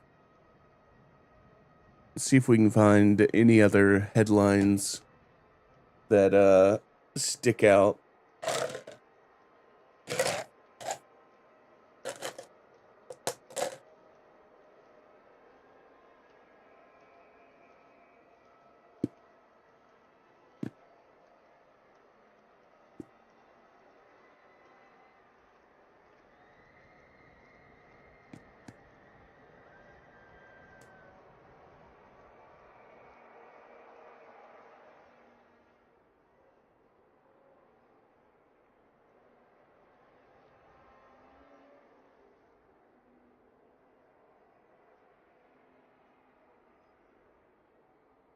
Yeah, not really seeing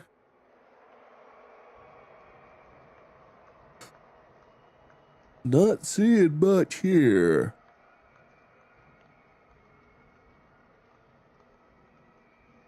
There's just not a lot going on in Hollywood at the moment.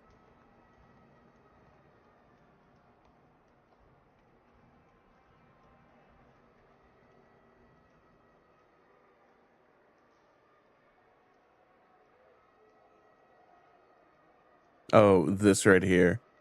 Yeah. Jake Paul versus Mike Tyson. It pretty much ended up being exactly what I thought it was going to be, a total waste of time. The fact that people actually put money on this fight is very, very worrying. I'm very worried about the people that put money on this fight, especially people that put money on Mike Tyson. Like, I get it. When you think Mike Tyson, you think, you know, the baddest man on the planet. You think late 80s to late 90s, early mid 90s. You think of that guy. Mike Tyson, back in the day, was a scary man.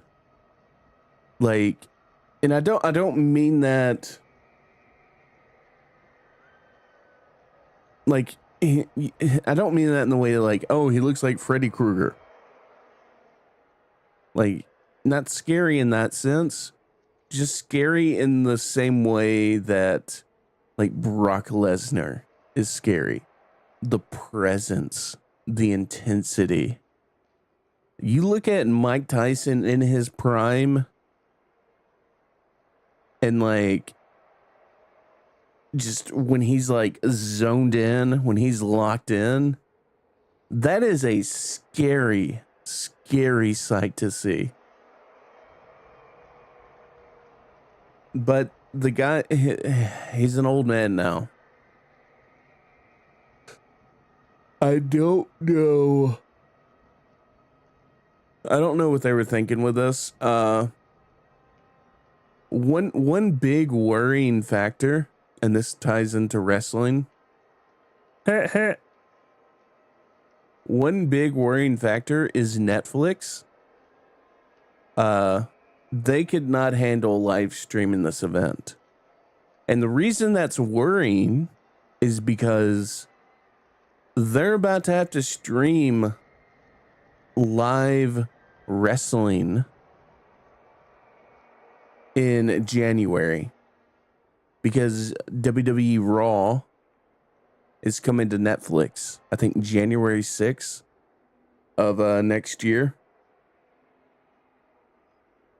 So if they're obviously they're not going to be getting hammered by 60 million households, most likely, on that day.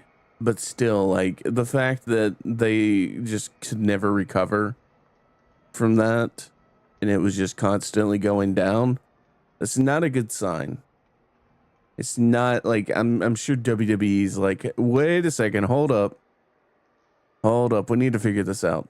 I'm sure WWE's scrambling right now, trying to make sure that things are gonna be okay with the streaming. Like there's definitely some panic going on. But yeah, the boxing event between Jake Paul and Mike Tyson, like from the beginning, you could just kind of tell, like, it's all BS. It's all BS, man. Like, if ever a fight was rigged, this was going to be the fight. It just was. And it was nothing. There was nothing to speak of. Nobody came out looking better in this. I don't think it did much to harm Mike Tyson's reputation or anything. I think people might look at Mike Tyson in a more sympathetic light after it. So in that case, it might be a little bit good for him. When he's like going on podcasts and doing interviews and whatnot. So on that end, like I think he came out looking great, just because people are going to be sympathetic to him. He's going to be less of a scary guy. So like, you know, maybe he gets more acting roles or something. I don't know. Jake Paul, on the other hand, does not come out of this looking good. And honestly, like, no matter what happened in this fight, Jake Paul was never going to look good unless Mike Tyson came out and was Mike Tyson and like showed, you know, even a crumb of what he was in his prime, just a crumb of that, and actually made Jake Paul fight for it, then I could see Jake Paul coming off looking good. But given the fight, what it was, Jake Paul he just comes off looking like a fraud. Because again, like he's only fighting retired guys. He's only fighting guys that normally don't box. He's fighting guys that are way, way, way out of their prime. Incredibly out of their prime. And he has to be very, very strategic on who he boxes next. And it can't be just somebody that is just an easy write-off and like he's clearly gonna beat. It needs to be somebody that can actually take him. It needs to be somebody like, okay, at this point you fought Mike Tyson. Now you have to, your next guy has to be another big recognizable name.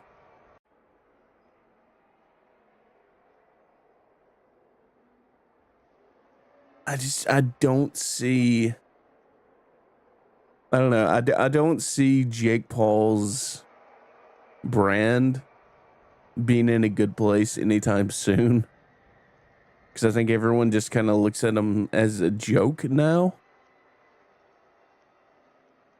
I don't think they look at him as anywhere near as legitimate as they were a few months ago, a year ago. It'll be interesting to see.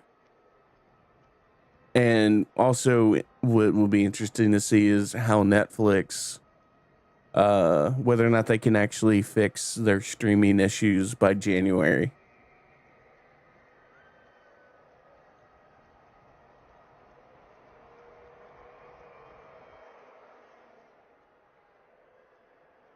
Let's see. Yeah, we're not really seeing much from that. Let's check out Eurogamer. Oh, yeah. Warcraft. Warcraft 2, and I don't know if they did anything with Warcraft 3, but they at least remastered Warcraft and Warcraft 2 and released it on Battle.net. They just kind of shadow dropped it out of nowhere. I wasn't super big into Warcraft 2. I do believe my friend had Warcraft 2. And so like I'd kind of play. I don't think we ever played it online against each other, but like we definitely took turns playing it. I didn't really ever know what I was actually doing at the time. I was just like, what is this? What kind of game is this? This isn't like a beat 'em up. This isn't a fighting game. What is this? The entire time. But it looked really cool. The fact that you had, you know, warriors and orcs battling against each other. But over time, like StarCraft and Warcraft 3, StarCraft 2, and like all that stuff, over time, like I've really grown to appreciate real-time strategy games. And so like I'm actually really interested in getting Warcraft 1 and Warcraft 2, and I don't, if they've done anything with Warcraft 3, I might also just get like the full battle chest. Let's see. Let's actually watch this. We got no sound going, but for you guys.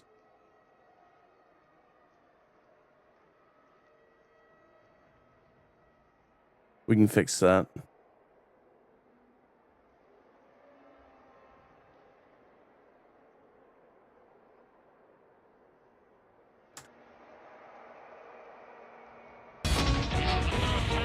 There we go.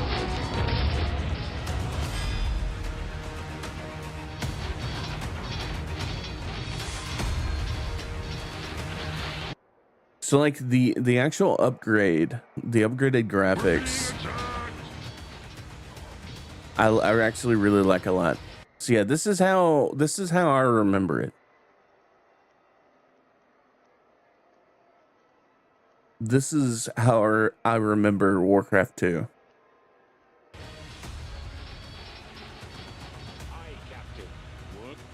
Wow. Wow, it actually, I like that a lot, actually.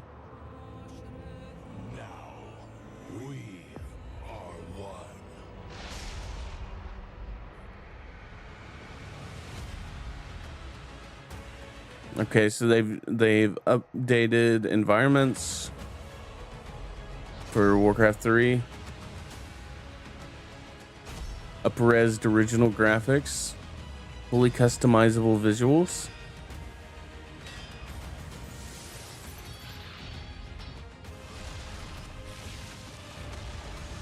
Oh wow. Okay, yeah. Yeah, we're getting the battle chest. We have to get the full battle chest. That actually looks great.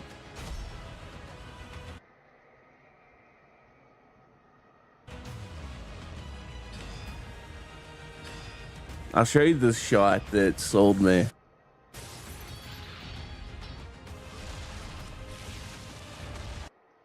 this shot right here, for whatever reason, this was the shot that sold me. Oh man, memories. So yeah, we'll definitely be getting the battle chest. I think it's like $30, 30 or $40. We're getting the Warcraft battle chest. And we'll play it on stream as well. I'll play through 1, 2, and 3, at least on the stories, and then I'm not very good at the PvP. So like I wouldn't expect a whole lot out of me on that end. But I mean, who knows? Who knows? Yeah, we're just looking for some more stories and things to talk about, see what other cool stuff's going on. See more articles. Nintendo cross-referenced Reddit post and hardware repairs to locate the Switch pirate. By analyzing the hacker's digital footprint, the Japanese megacorp was able to hunt them down. Okay. This is, again, from Eurogamer. Written by Vicky Blake. Nintendo reportedly hunted down an alleged Switch pirate by tracking the Reddit post. Earlier this year, after putting Switch pirate Gary Bowser behind bars and targeting emulator software Yuzu, Nintendo resumed its fight against the modded console business with new lawsuits, including one against James Archbox Williams, who is the main moderator behind r/Switch Pirates. As reported by GameFile, it seems Williams was located after Nintendo commissioned a law firm to investigate free shops or online repositories for pirated Switch games. Nintendo has announced new hardware. Oh wait, that's completely different. By analyzing Williams' past posts online, including one from Reddit user Archbox in 2015 that was very complimentary about Midwestern University's optometry clinic, the firm helped the Japanese company succeed in linking Archbox with at least 2 Nintendo accounts for an individual named James Williams. And because Williams seemingly used the same email address to get repairs for their Nintendo Switch, staff at Nintendo's Product Lifecycle Management Group was able to find his shipping address. Dude, this gets so many people right here.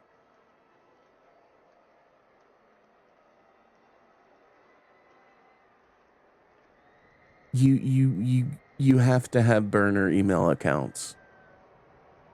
You have to have at least like a dozen email accounts, man. I swear to God. Once it acquired Williams' address, Nintendo sent a cease and desist, after which Williams initially agreed to comply and cooperate with Nintendo's demands. However, Williams then went dark and failed to show up at court, defaulting judgment in favor of Nintendo. What the actual fuck does this mean? I'm a boomer over here. All right. Okay, in case you missed it, duh. Of course, that's what it means. In case you missed it, last week Nintendo filed a new lawsuit against a streamer who broadcast 10 pirated games ahead of their release, including The Legend of Zelda Echo. I can't talk. The Legend of Zelda Echoes of Wisdom and Mario and Luigi Brothership. when Nintendo moved to shut down streamer Jesse Keynes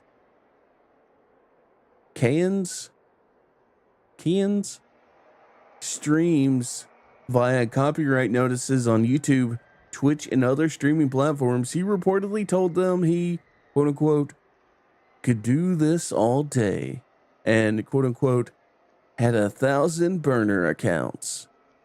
Nintendo further alleges that as well as broadcasting unreleased games, he also instructed others on how to obtain pirated games via circumvention devices Nintendo calls trafficking.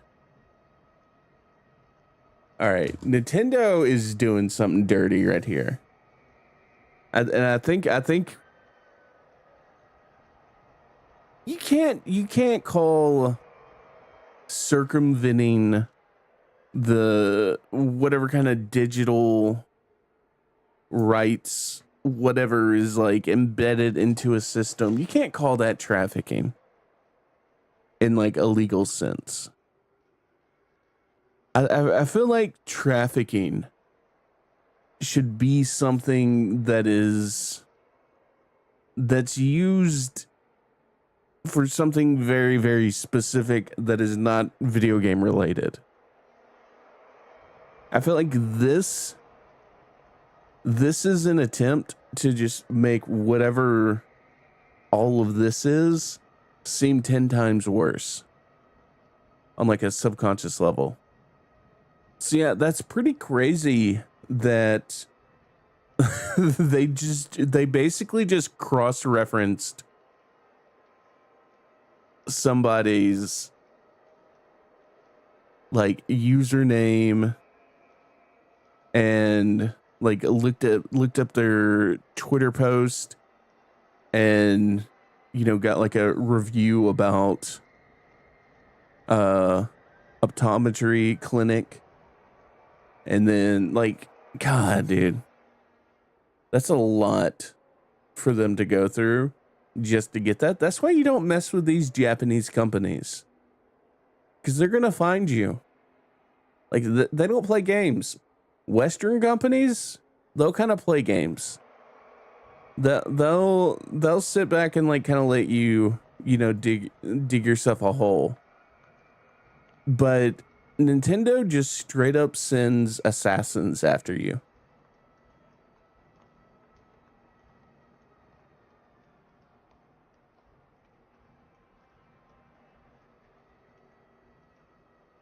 Oh, this right here. This is what we were talking about earlier. Half-Life 2 just got a special 20th anniversary update with a new documentary, commentary, and more.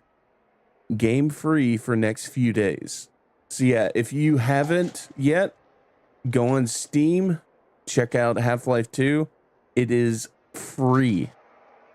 For the next couple of days, you can get it for free. And if you like Half-Life 2 and you don't have Half-Life 1, 99 cents.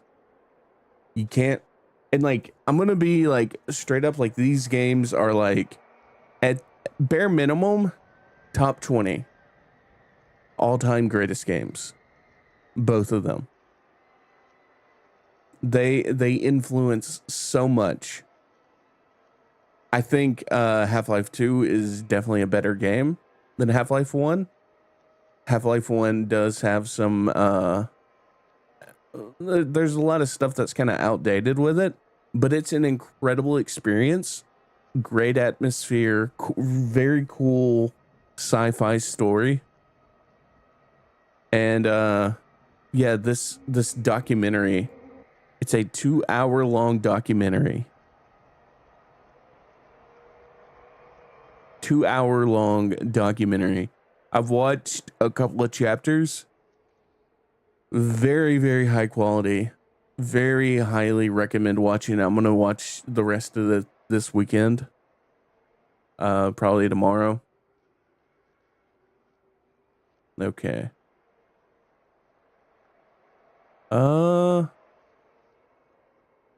Not really seen much else.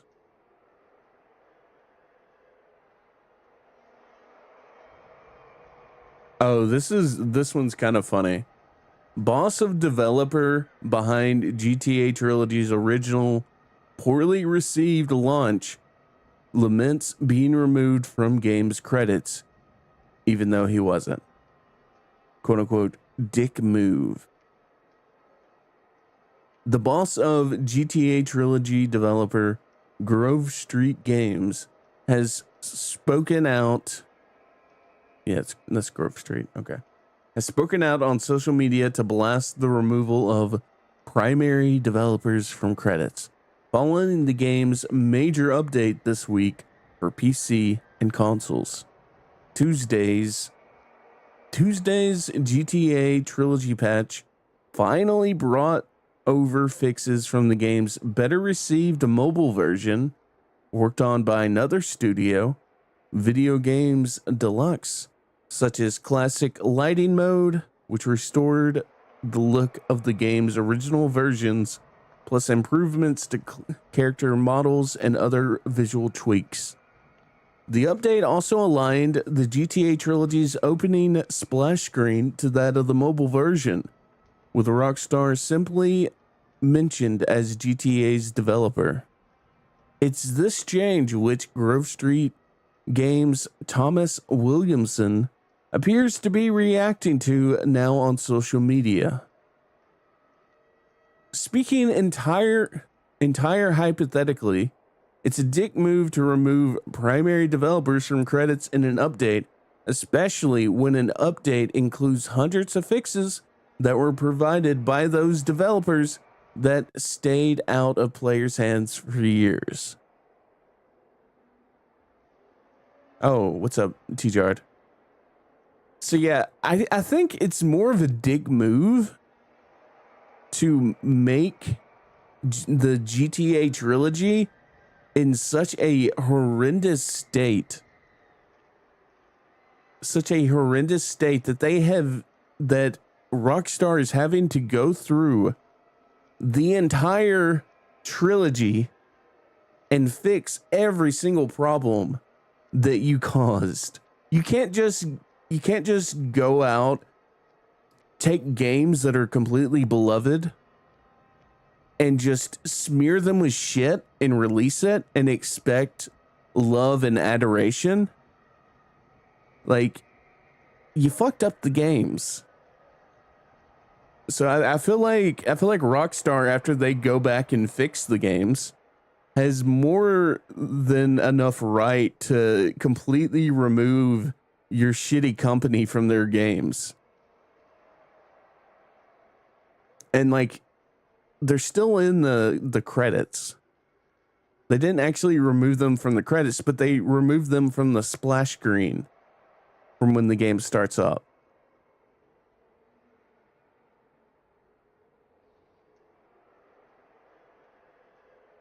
Thomas Williamson right there, still in the credits. Ensuring staff who work on games receive proper accreditation has long been a thorny issue, which is true, with Rockstar itself in the past heavily criticized for leaving staff members out of credits. Here, however, Williamson's comments, hypothetical as they are, appear to be based on misleading media reports that suggested Grove Street Games was no longer credited at all. Williamson previously made headlines when GTA Trilogy first arrived, riddled with bugs, performance issues, and code for the illicit hot coffee sex minigame, to comment on the enormous wave of backlash against the game. It's so fun to see players out there really enjoying what we put together for them, Williamson wrote at the time. Nobody was enjoying what the shit that they put out there. In fact, let me pull this up actually.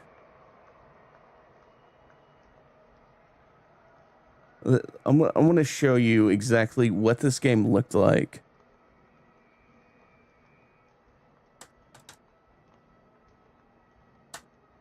Let's see. We got a bug compilation.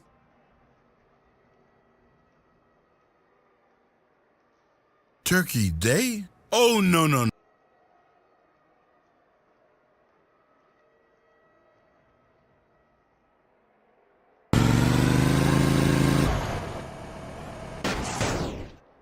Okay, homie, let's load this shit up.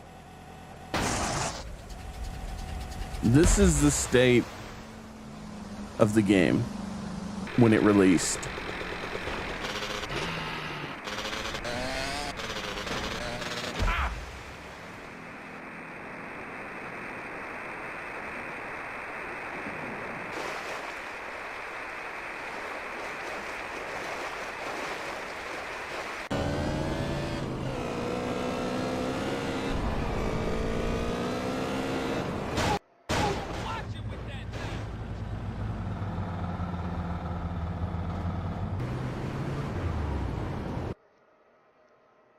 It's just tons and tons.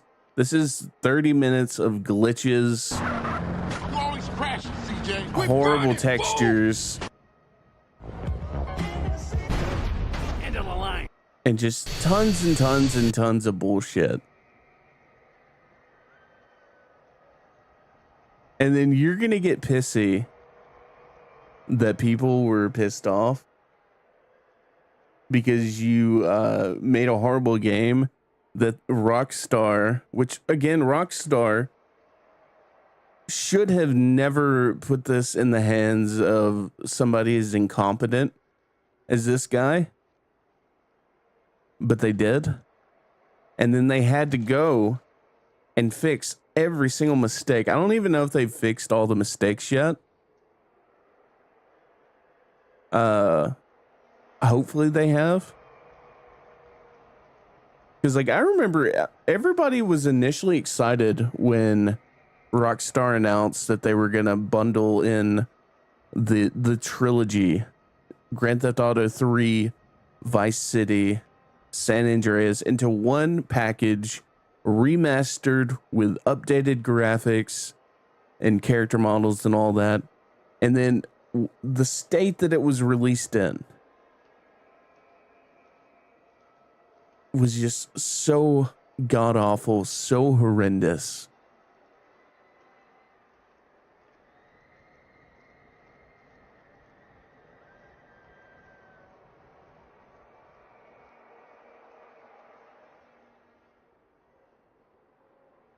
Let's see if there's anything else to rant and rave about. Oh yeah. This one frustrated me. Yeah, it is. Building a good game is lost technology. Ubisoft's Splinter Cell movie canceled after producer admits they, quote unquote, just couldn't get it right. That's one of the ones that got away. It's official. Ubisoft's beleaguered Splinter Cell movie has been canceled. When was this actually first announced? This was announced a long time ago.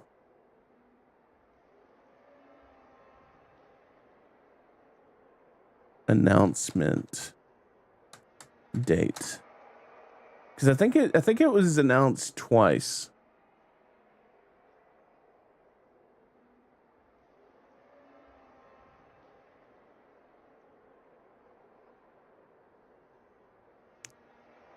Okay, so the Splinter Cell movie was originally announced November 2012 with Tom Hardy at the time fresh from starring as Bane. Blah, blah, blah. So 2012, November 2012.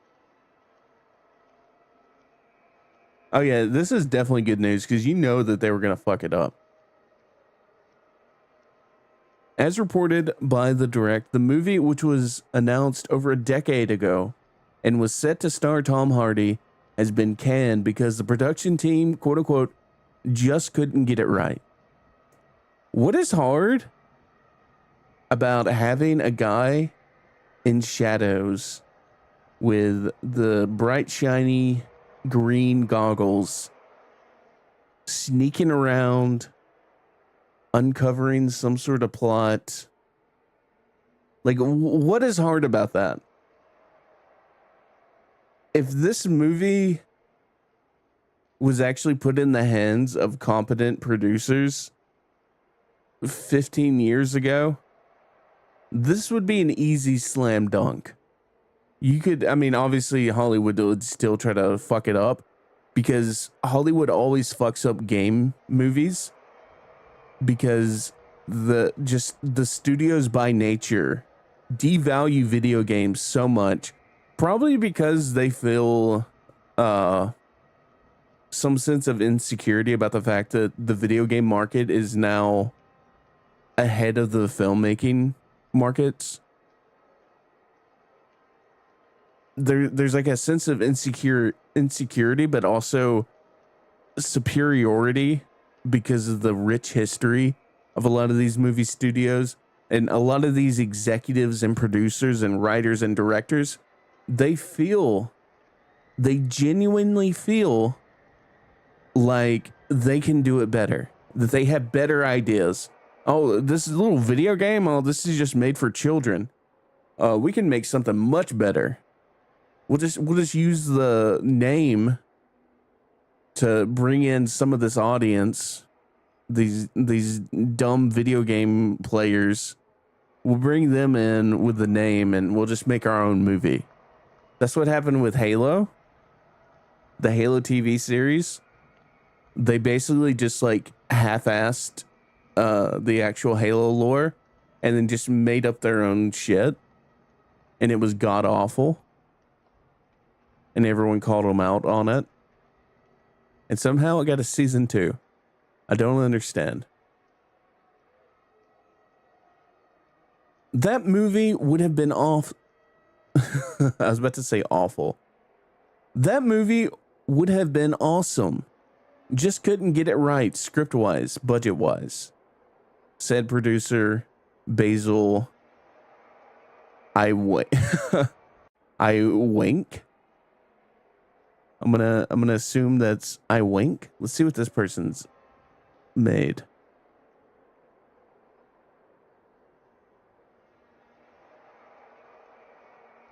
Okay, so this person actually has a really good resume.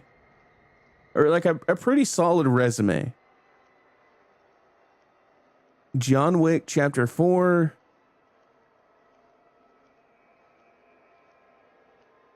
The Fugitive. Oh, that was the TV series. Blah.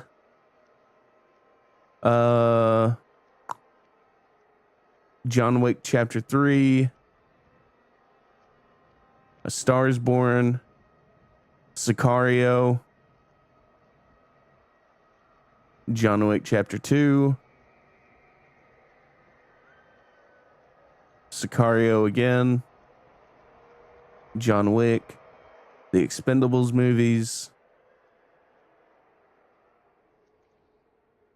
I mean, there's some hits and there's some misses, but there's like doesn't seem like horrendous misses from this guy. Who the hell was tapped to write it?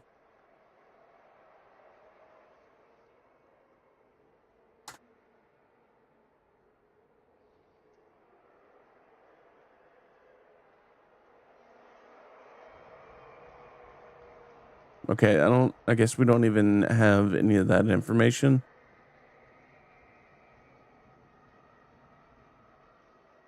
But it was going to be great. We had a million different versions of it, but it was going to be hardcore and awesome. That's one of the ones that got away, which is really sad. Whilst undoubtedly a blow to Ubisoft and Sam Fisher fans everywhere, not all is lost, as Ubisoft still has several TV and movie adaptations on the way. That doesn't sound like a win.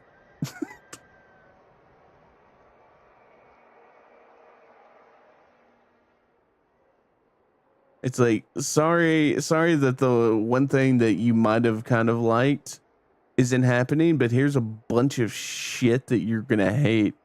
And that's still happening. Last month, nearly a decade after its first announcement, Ubisoft's Watch Dogs movie finally wrapped filming. Wait, so there's actually going to be a Watch Dogs movie?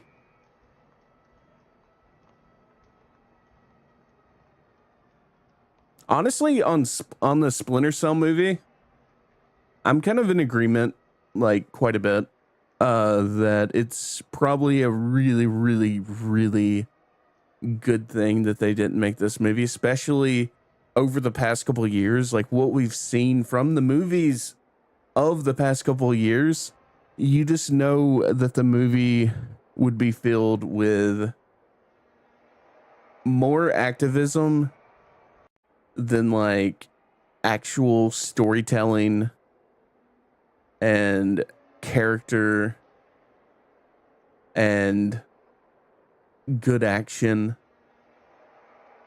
Like you just know the way the film industry has been the past 5 years. And hopefully we're kind of getting away from that, because Hollywood has lost so much money going down that route. Like they were basically sold on this idea of the modern audience, but they forgot that if you want to actually appeal to any audience, you still have to make something that's good. And they have not been able to do that.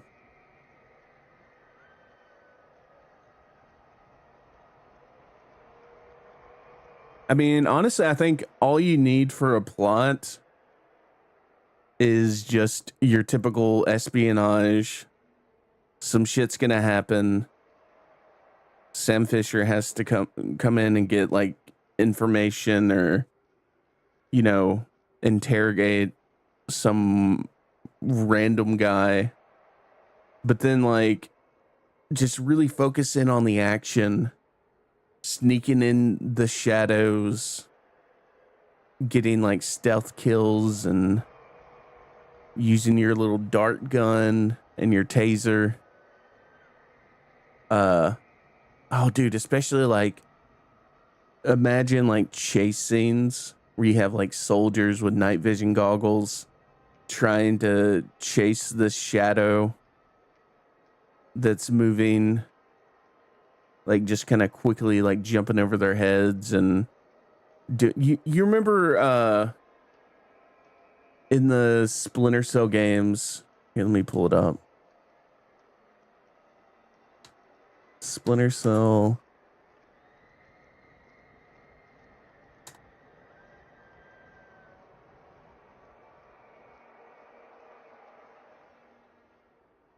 This shit right here.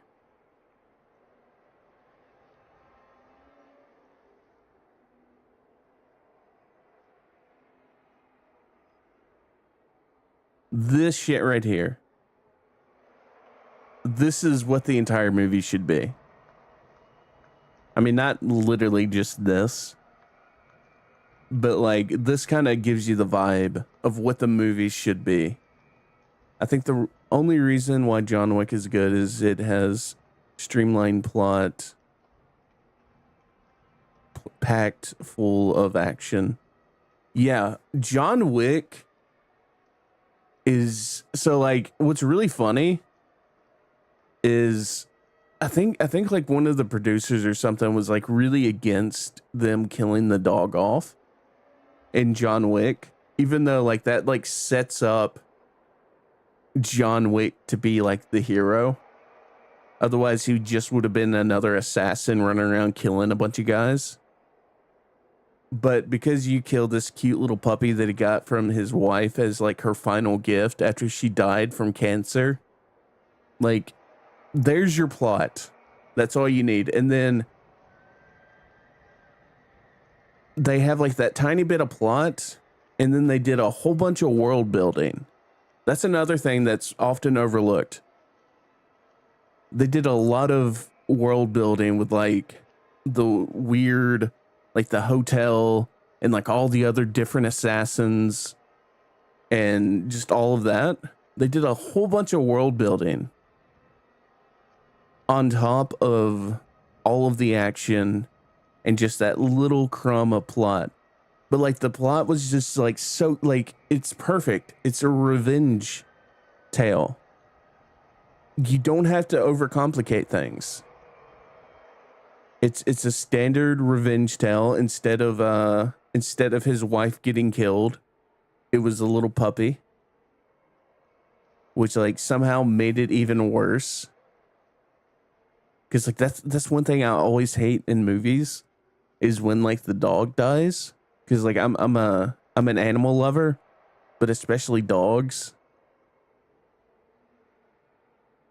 And so like immediately, as soon as that dog died, it's like, okay, yeah, everybody needs to die. You guys are fucking all gone. Fuck you guys. And that's like in the opening few minutes. That's all you needed. And then the rest of him is just him kicking ass throughout the rest of the film. You can do that with Splinter Cell. Easily. You could do that with like honestly any of the Tom Clancy video game properties, or just any Tom Clancy book. Is you have a thin plot, but be very effective with it. Keep things simple and stupid, but like don't insult your audience. Don't treat your audience like they're like they have learning disabilities and that they're just like completely and utterly incapable of comprehending what you're trying to say.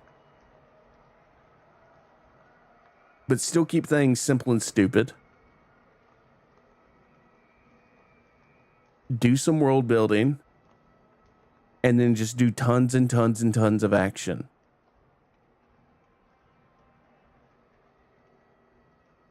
And then for like Splinter Cell, you throw in some tension. You know, a lot of Sam Fisher like almost getting caught. Like it's an easy film to do.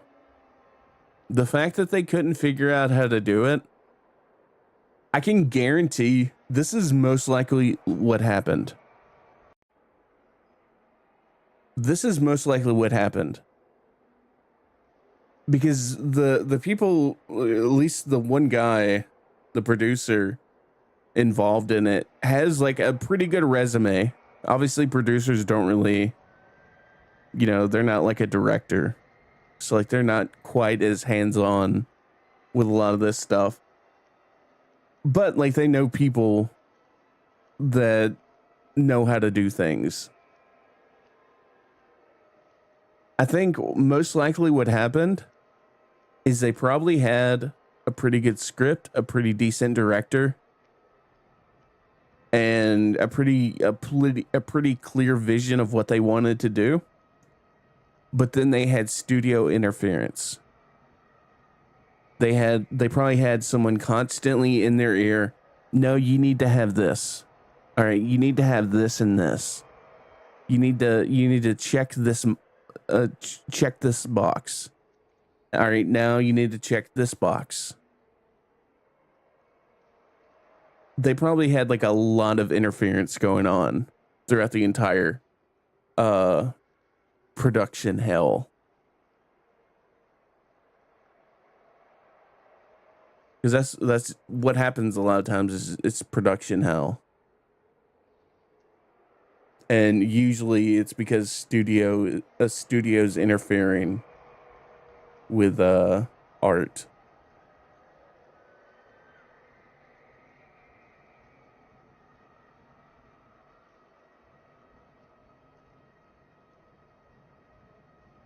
So wait, it's actually true.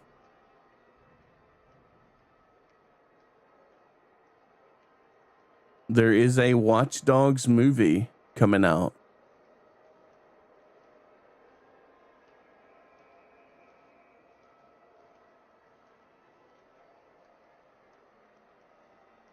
Let's see.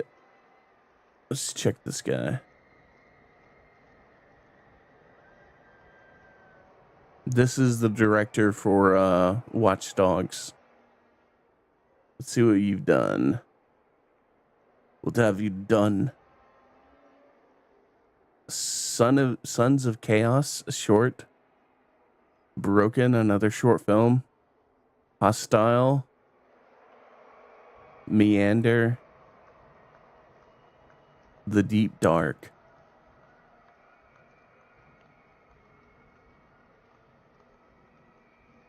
You think I'm lucky? You're wrong.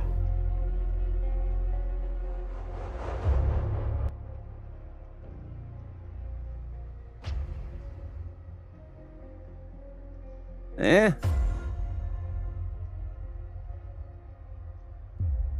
Every mistake you make it for a reason.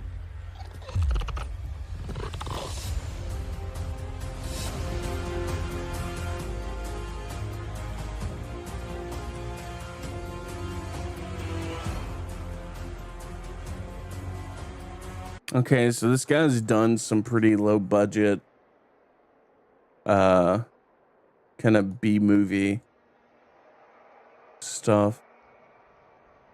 Was this like made for TV or something? Made for Sci-Fi Channel? That's what it kind of looks like.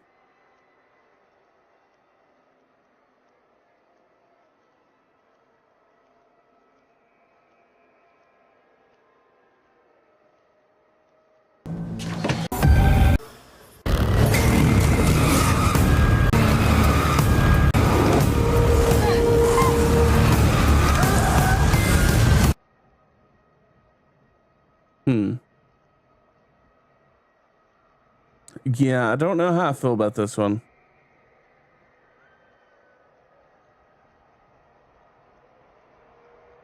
This film at least looks kind of interesting.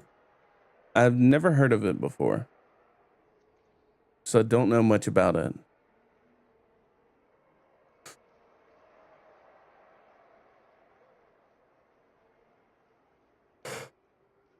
Ugh. And then The Deep Dark. Miners are forced to take a professor underground with them to take samples for his measurements. After a landslide prevents them from going back up, they discover a crypt from another time, unknowingly waking up a bloodthirsty creature.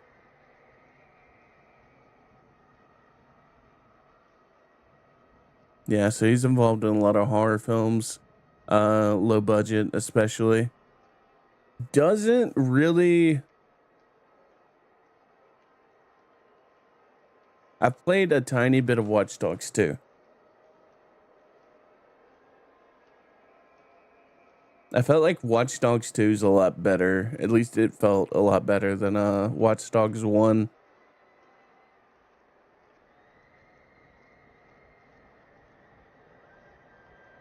So yeah, we don't really know much of anything else about this film.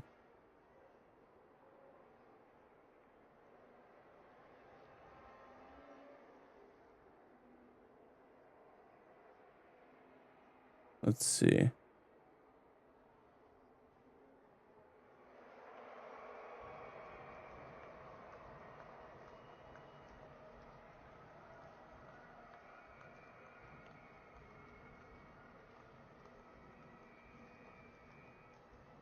Yeah, we'll probably find that out in a couple of months. They'll probably start showing trailers for that.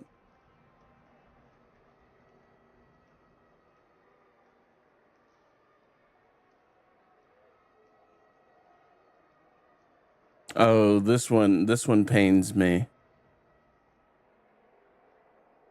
Game of Thrones Sophie Turner reportedly in talks to play Lara Croft in Amazon's Tomb Raider TV series.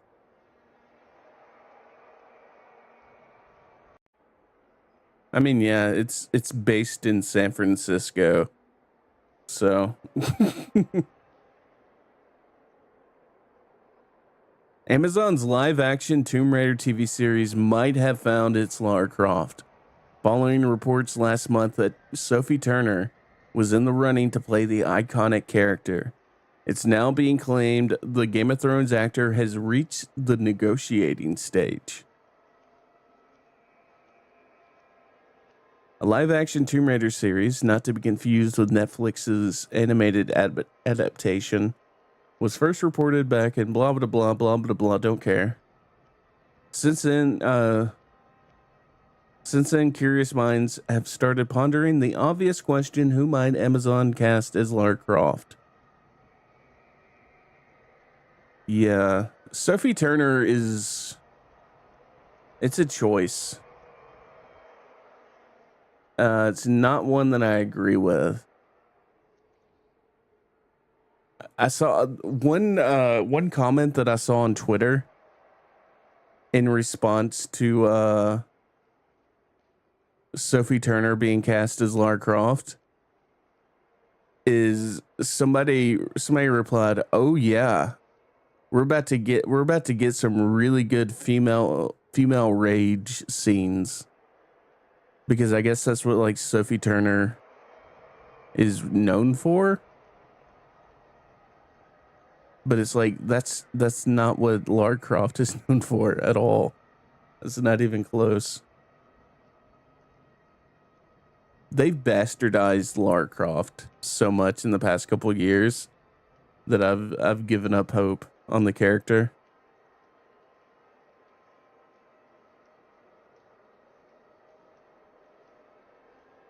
I say right before finding out that there's a new remastered collection coming out.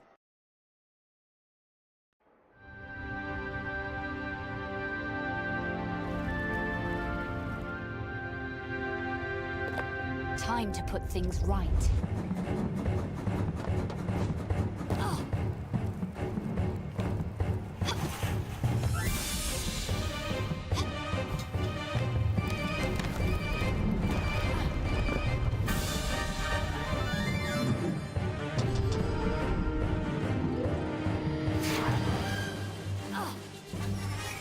Got a feeling this isn't quite what it seems.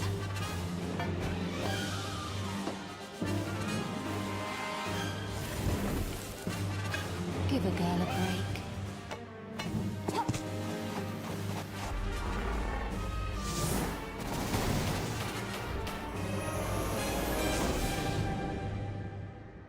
Hell yeah.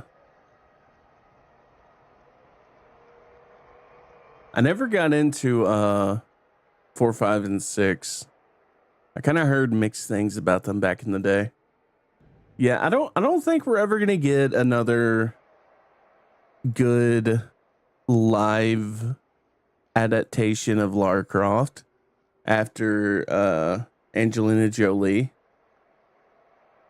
I don't think there's anybody that can really play her in Hollywood right now.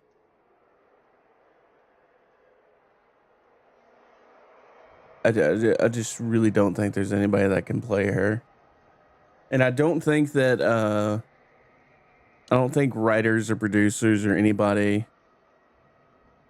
Yeah, Sophie Turner is a terrible choice. She's okay as Sansa early on, but like she was never really a great actress.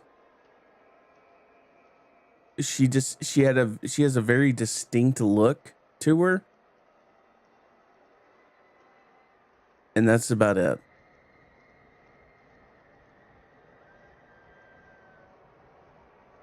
I don't see her in an action film.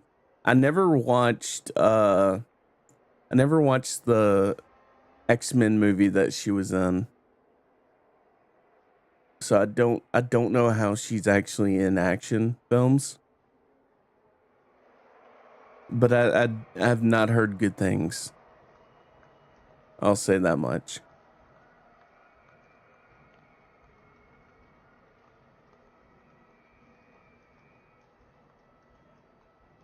Let me go ahead and hit this. Anyways, I think I'm about to get in bed. It's like 1:16 where I'm at right now, and I have a lot of stuff I need to do tomorrow morning.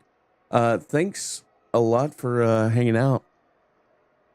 And I'm gonna be I should be streaming a lot more as we get closer to Thanksgiving. Before I go,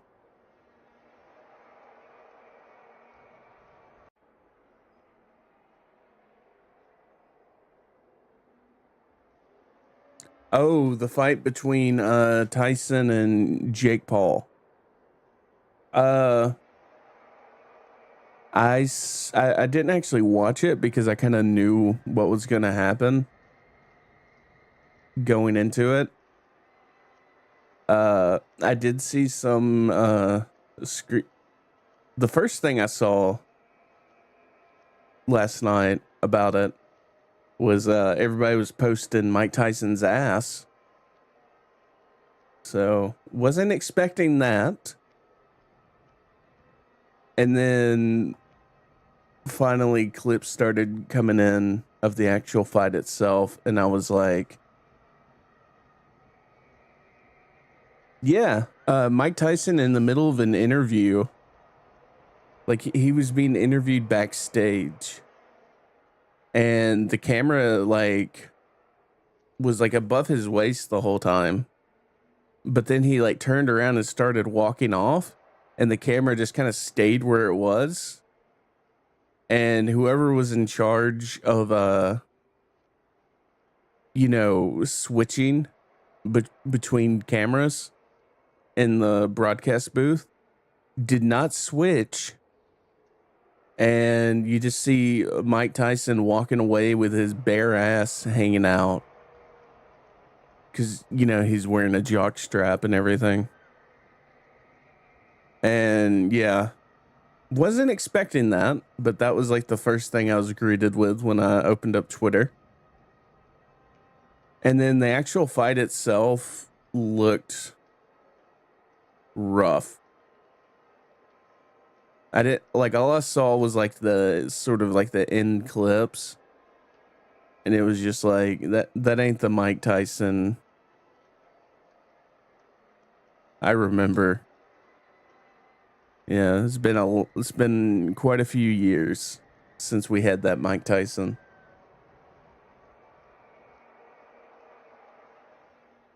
Did you watch it?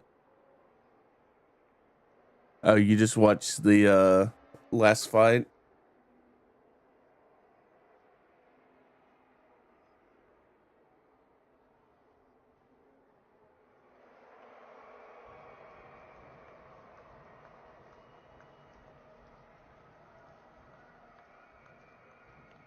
Wait a second.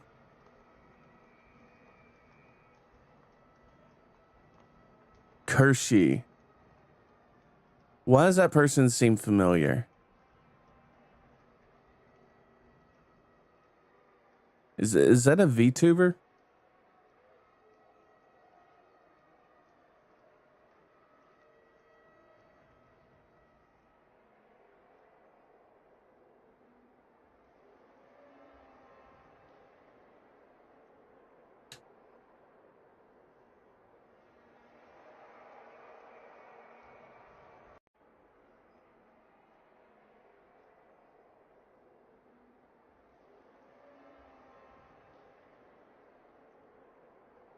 Wait, let me see.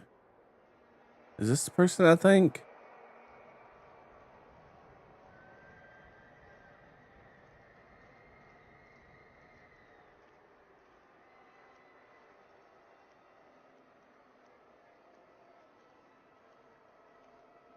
Wait a second. Is this chick? Is that who it is right here?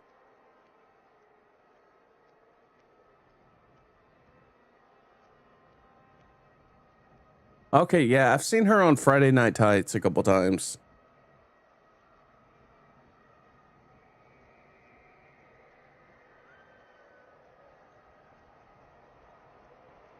She seems pretty dope.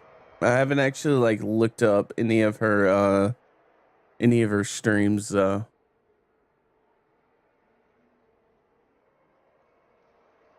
I should probably actually go ahead and follow her.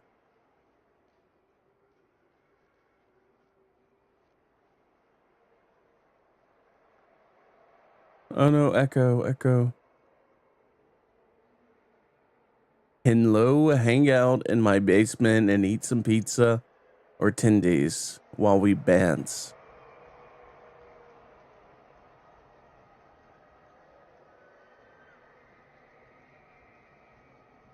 Okay.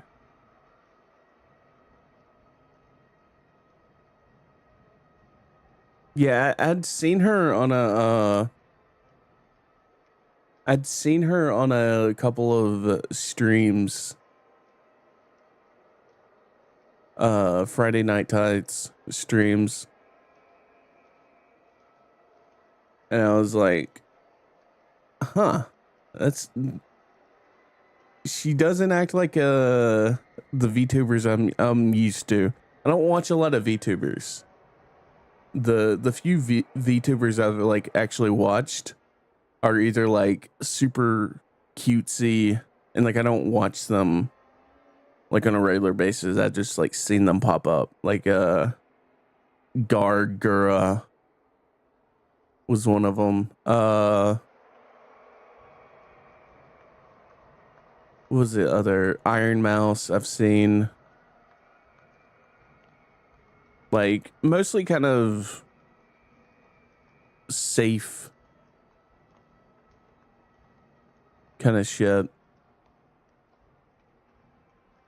But yeah, she seemed a bit different. Anyways, I do need to get in bed though. It's getting pretty late over here. I'll definitely be on tomorrow. I'm gonna keep playing Half-Life. And what I want to start doing is I kind of want to split my streams up a bit, where I start off kind of reading through news stuff, doing just chatting, and then going to some gameplay, and then go into some more comedic stuff. Like I want to bring out, let me see if I can switch scenes without it breaking everything. Let's see what happens. This might break everything.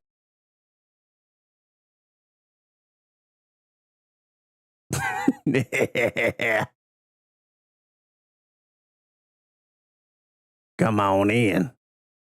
The water's warm.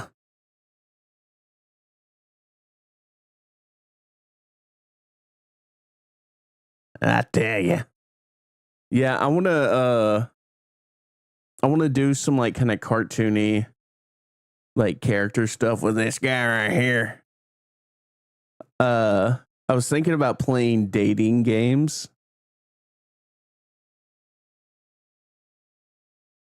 And just be in character with this guy.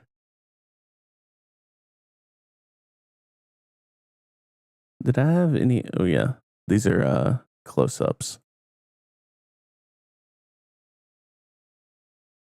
Anyways, thanks for dropping by. I should be on tomorrow probably around the same time I was on today. It's probably like 8-9 p.m.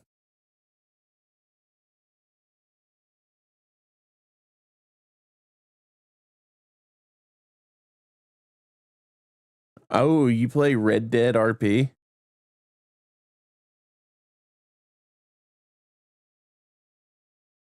I've actually been wanting to get into Red Dead RP.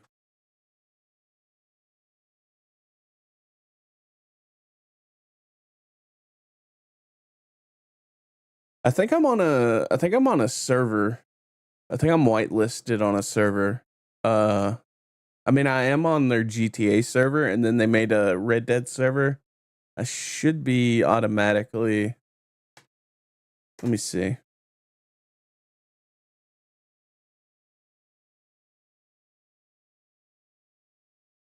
Gotta log in via Steam.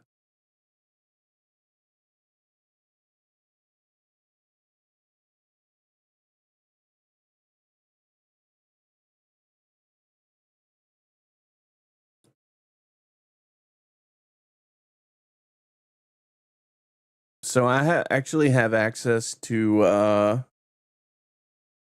the Prodigy whitelist server, which I don't know if you know Summit 2G. Or is it Summit 1G? Wait, what? What the fuck is Summit's thing? Summit 1G, not 2G. I was thinking Tyler. Not Tyler. What's that other guy that streamed League? That was 2G.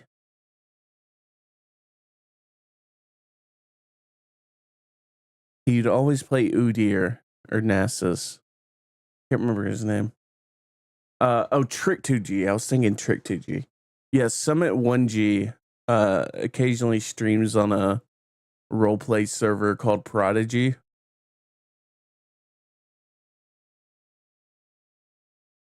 And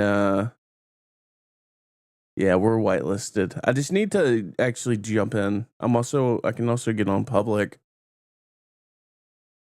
Because I have a lot of characters and shit that I like to do.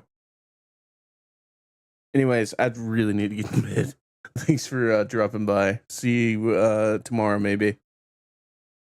If not, then later. Peace out. Have a good night.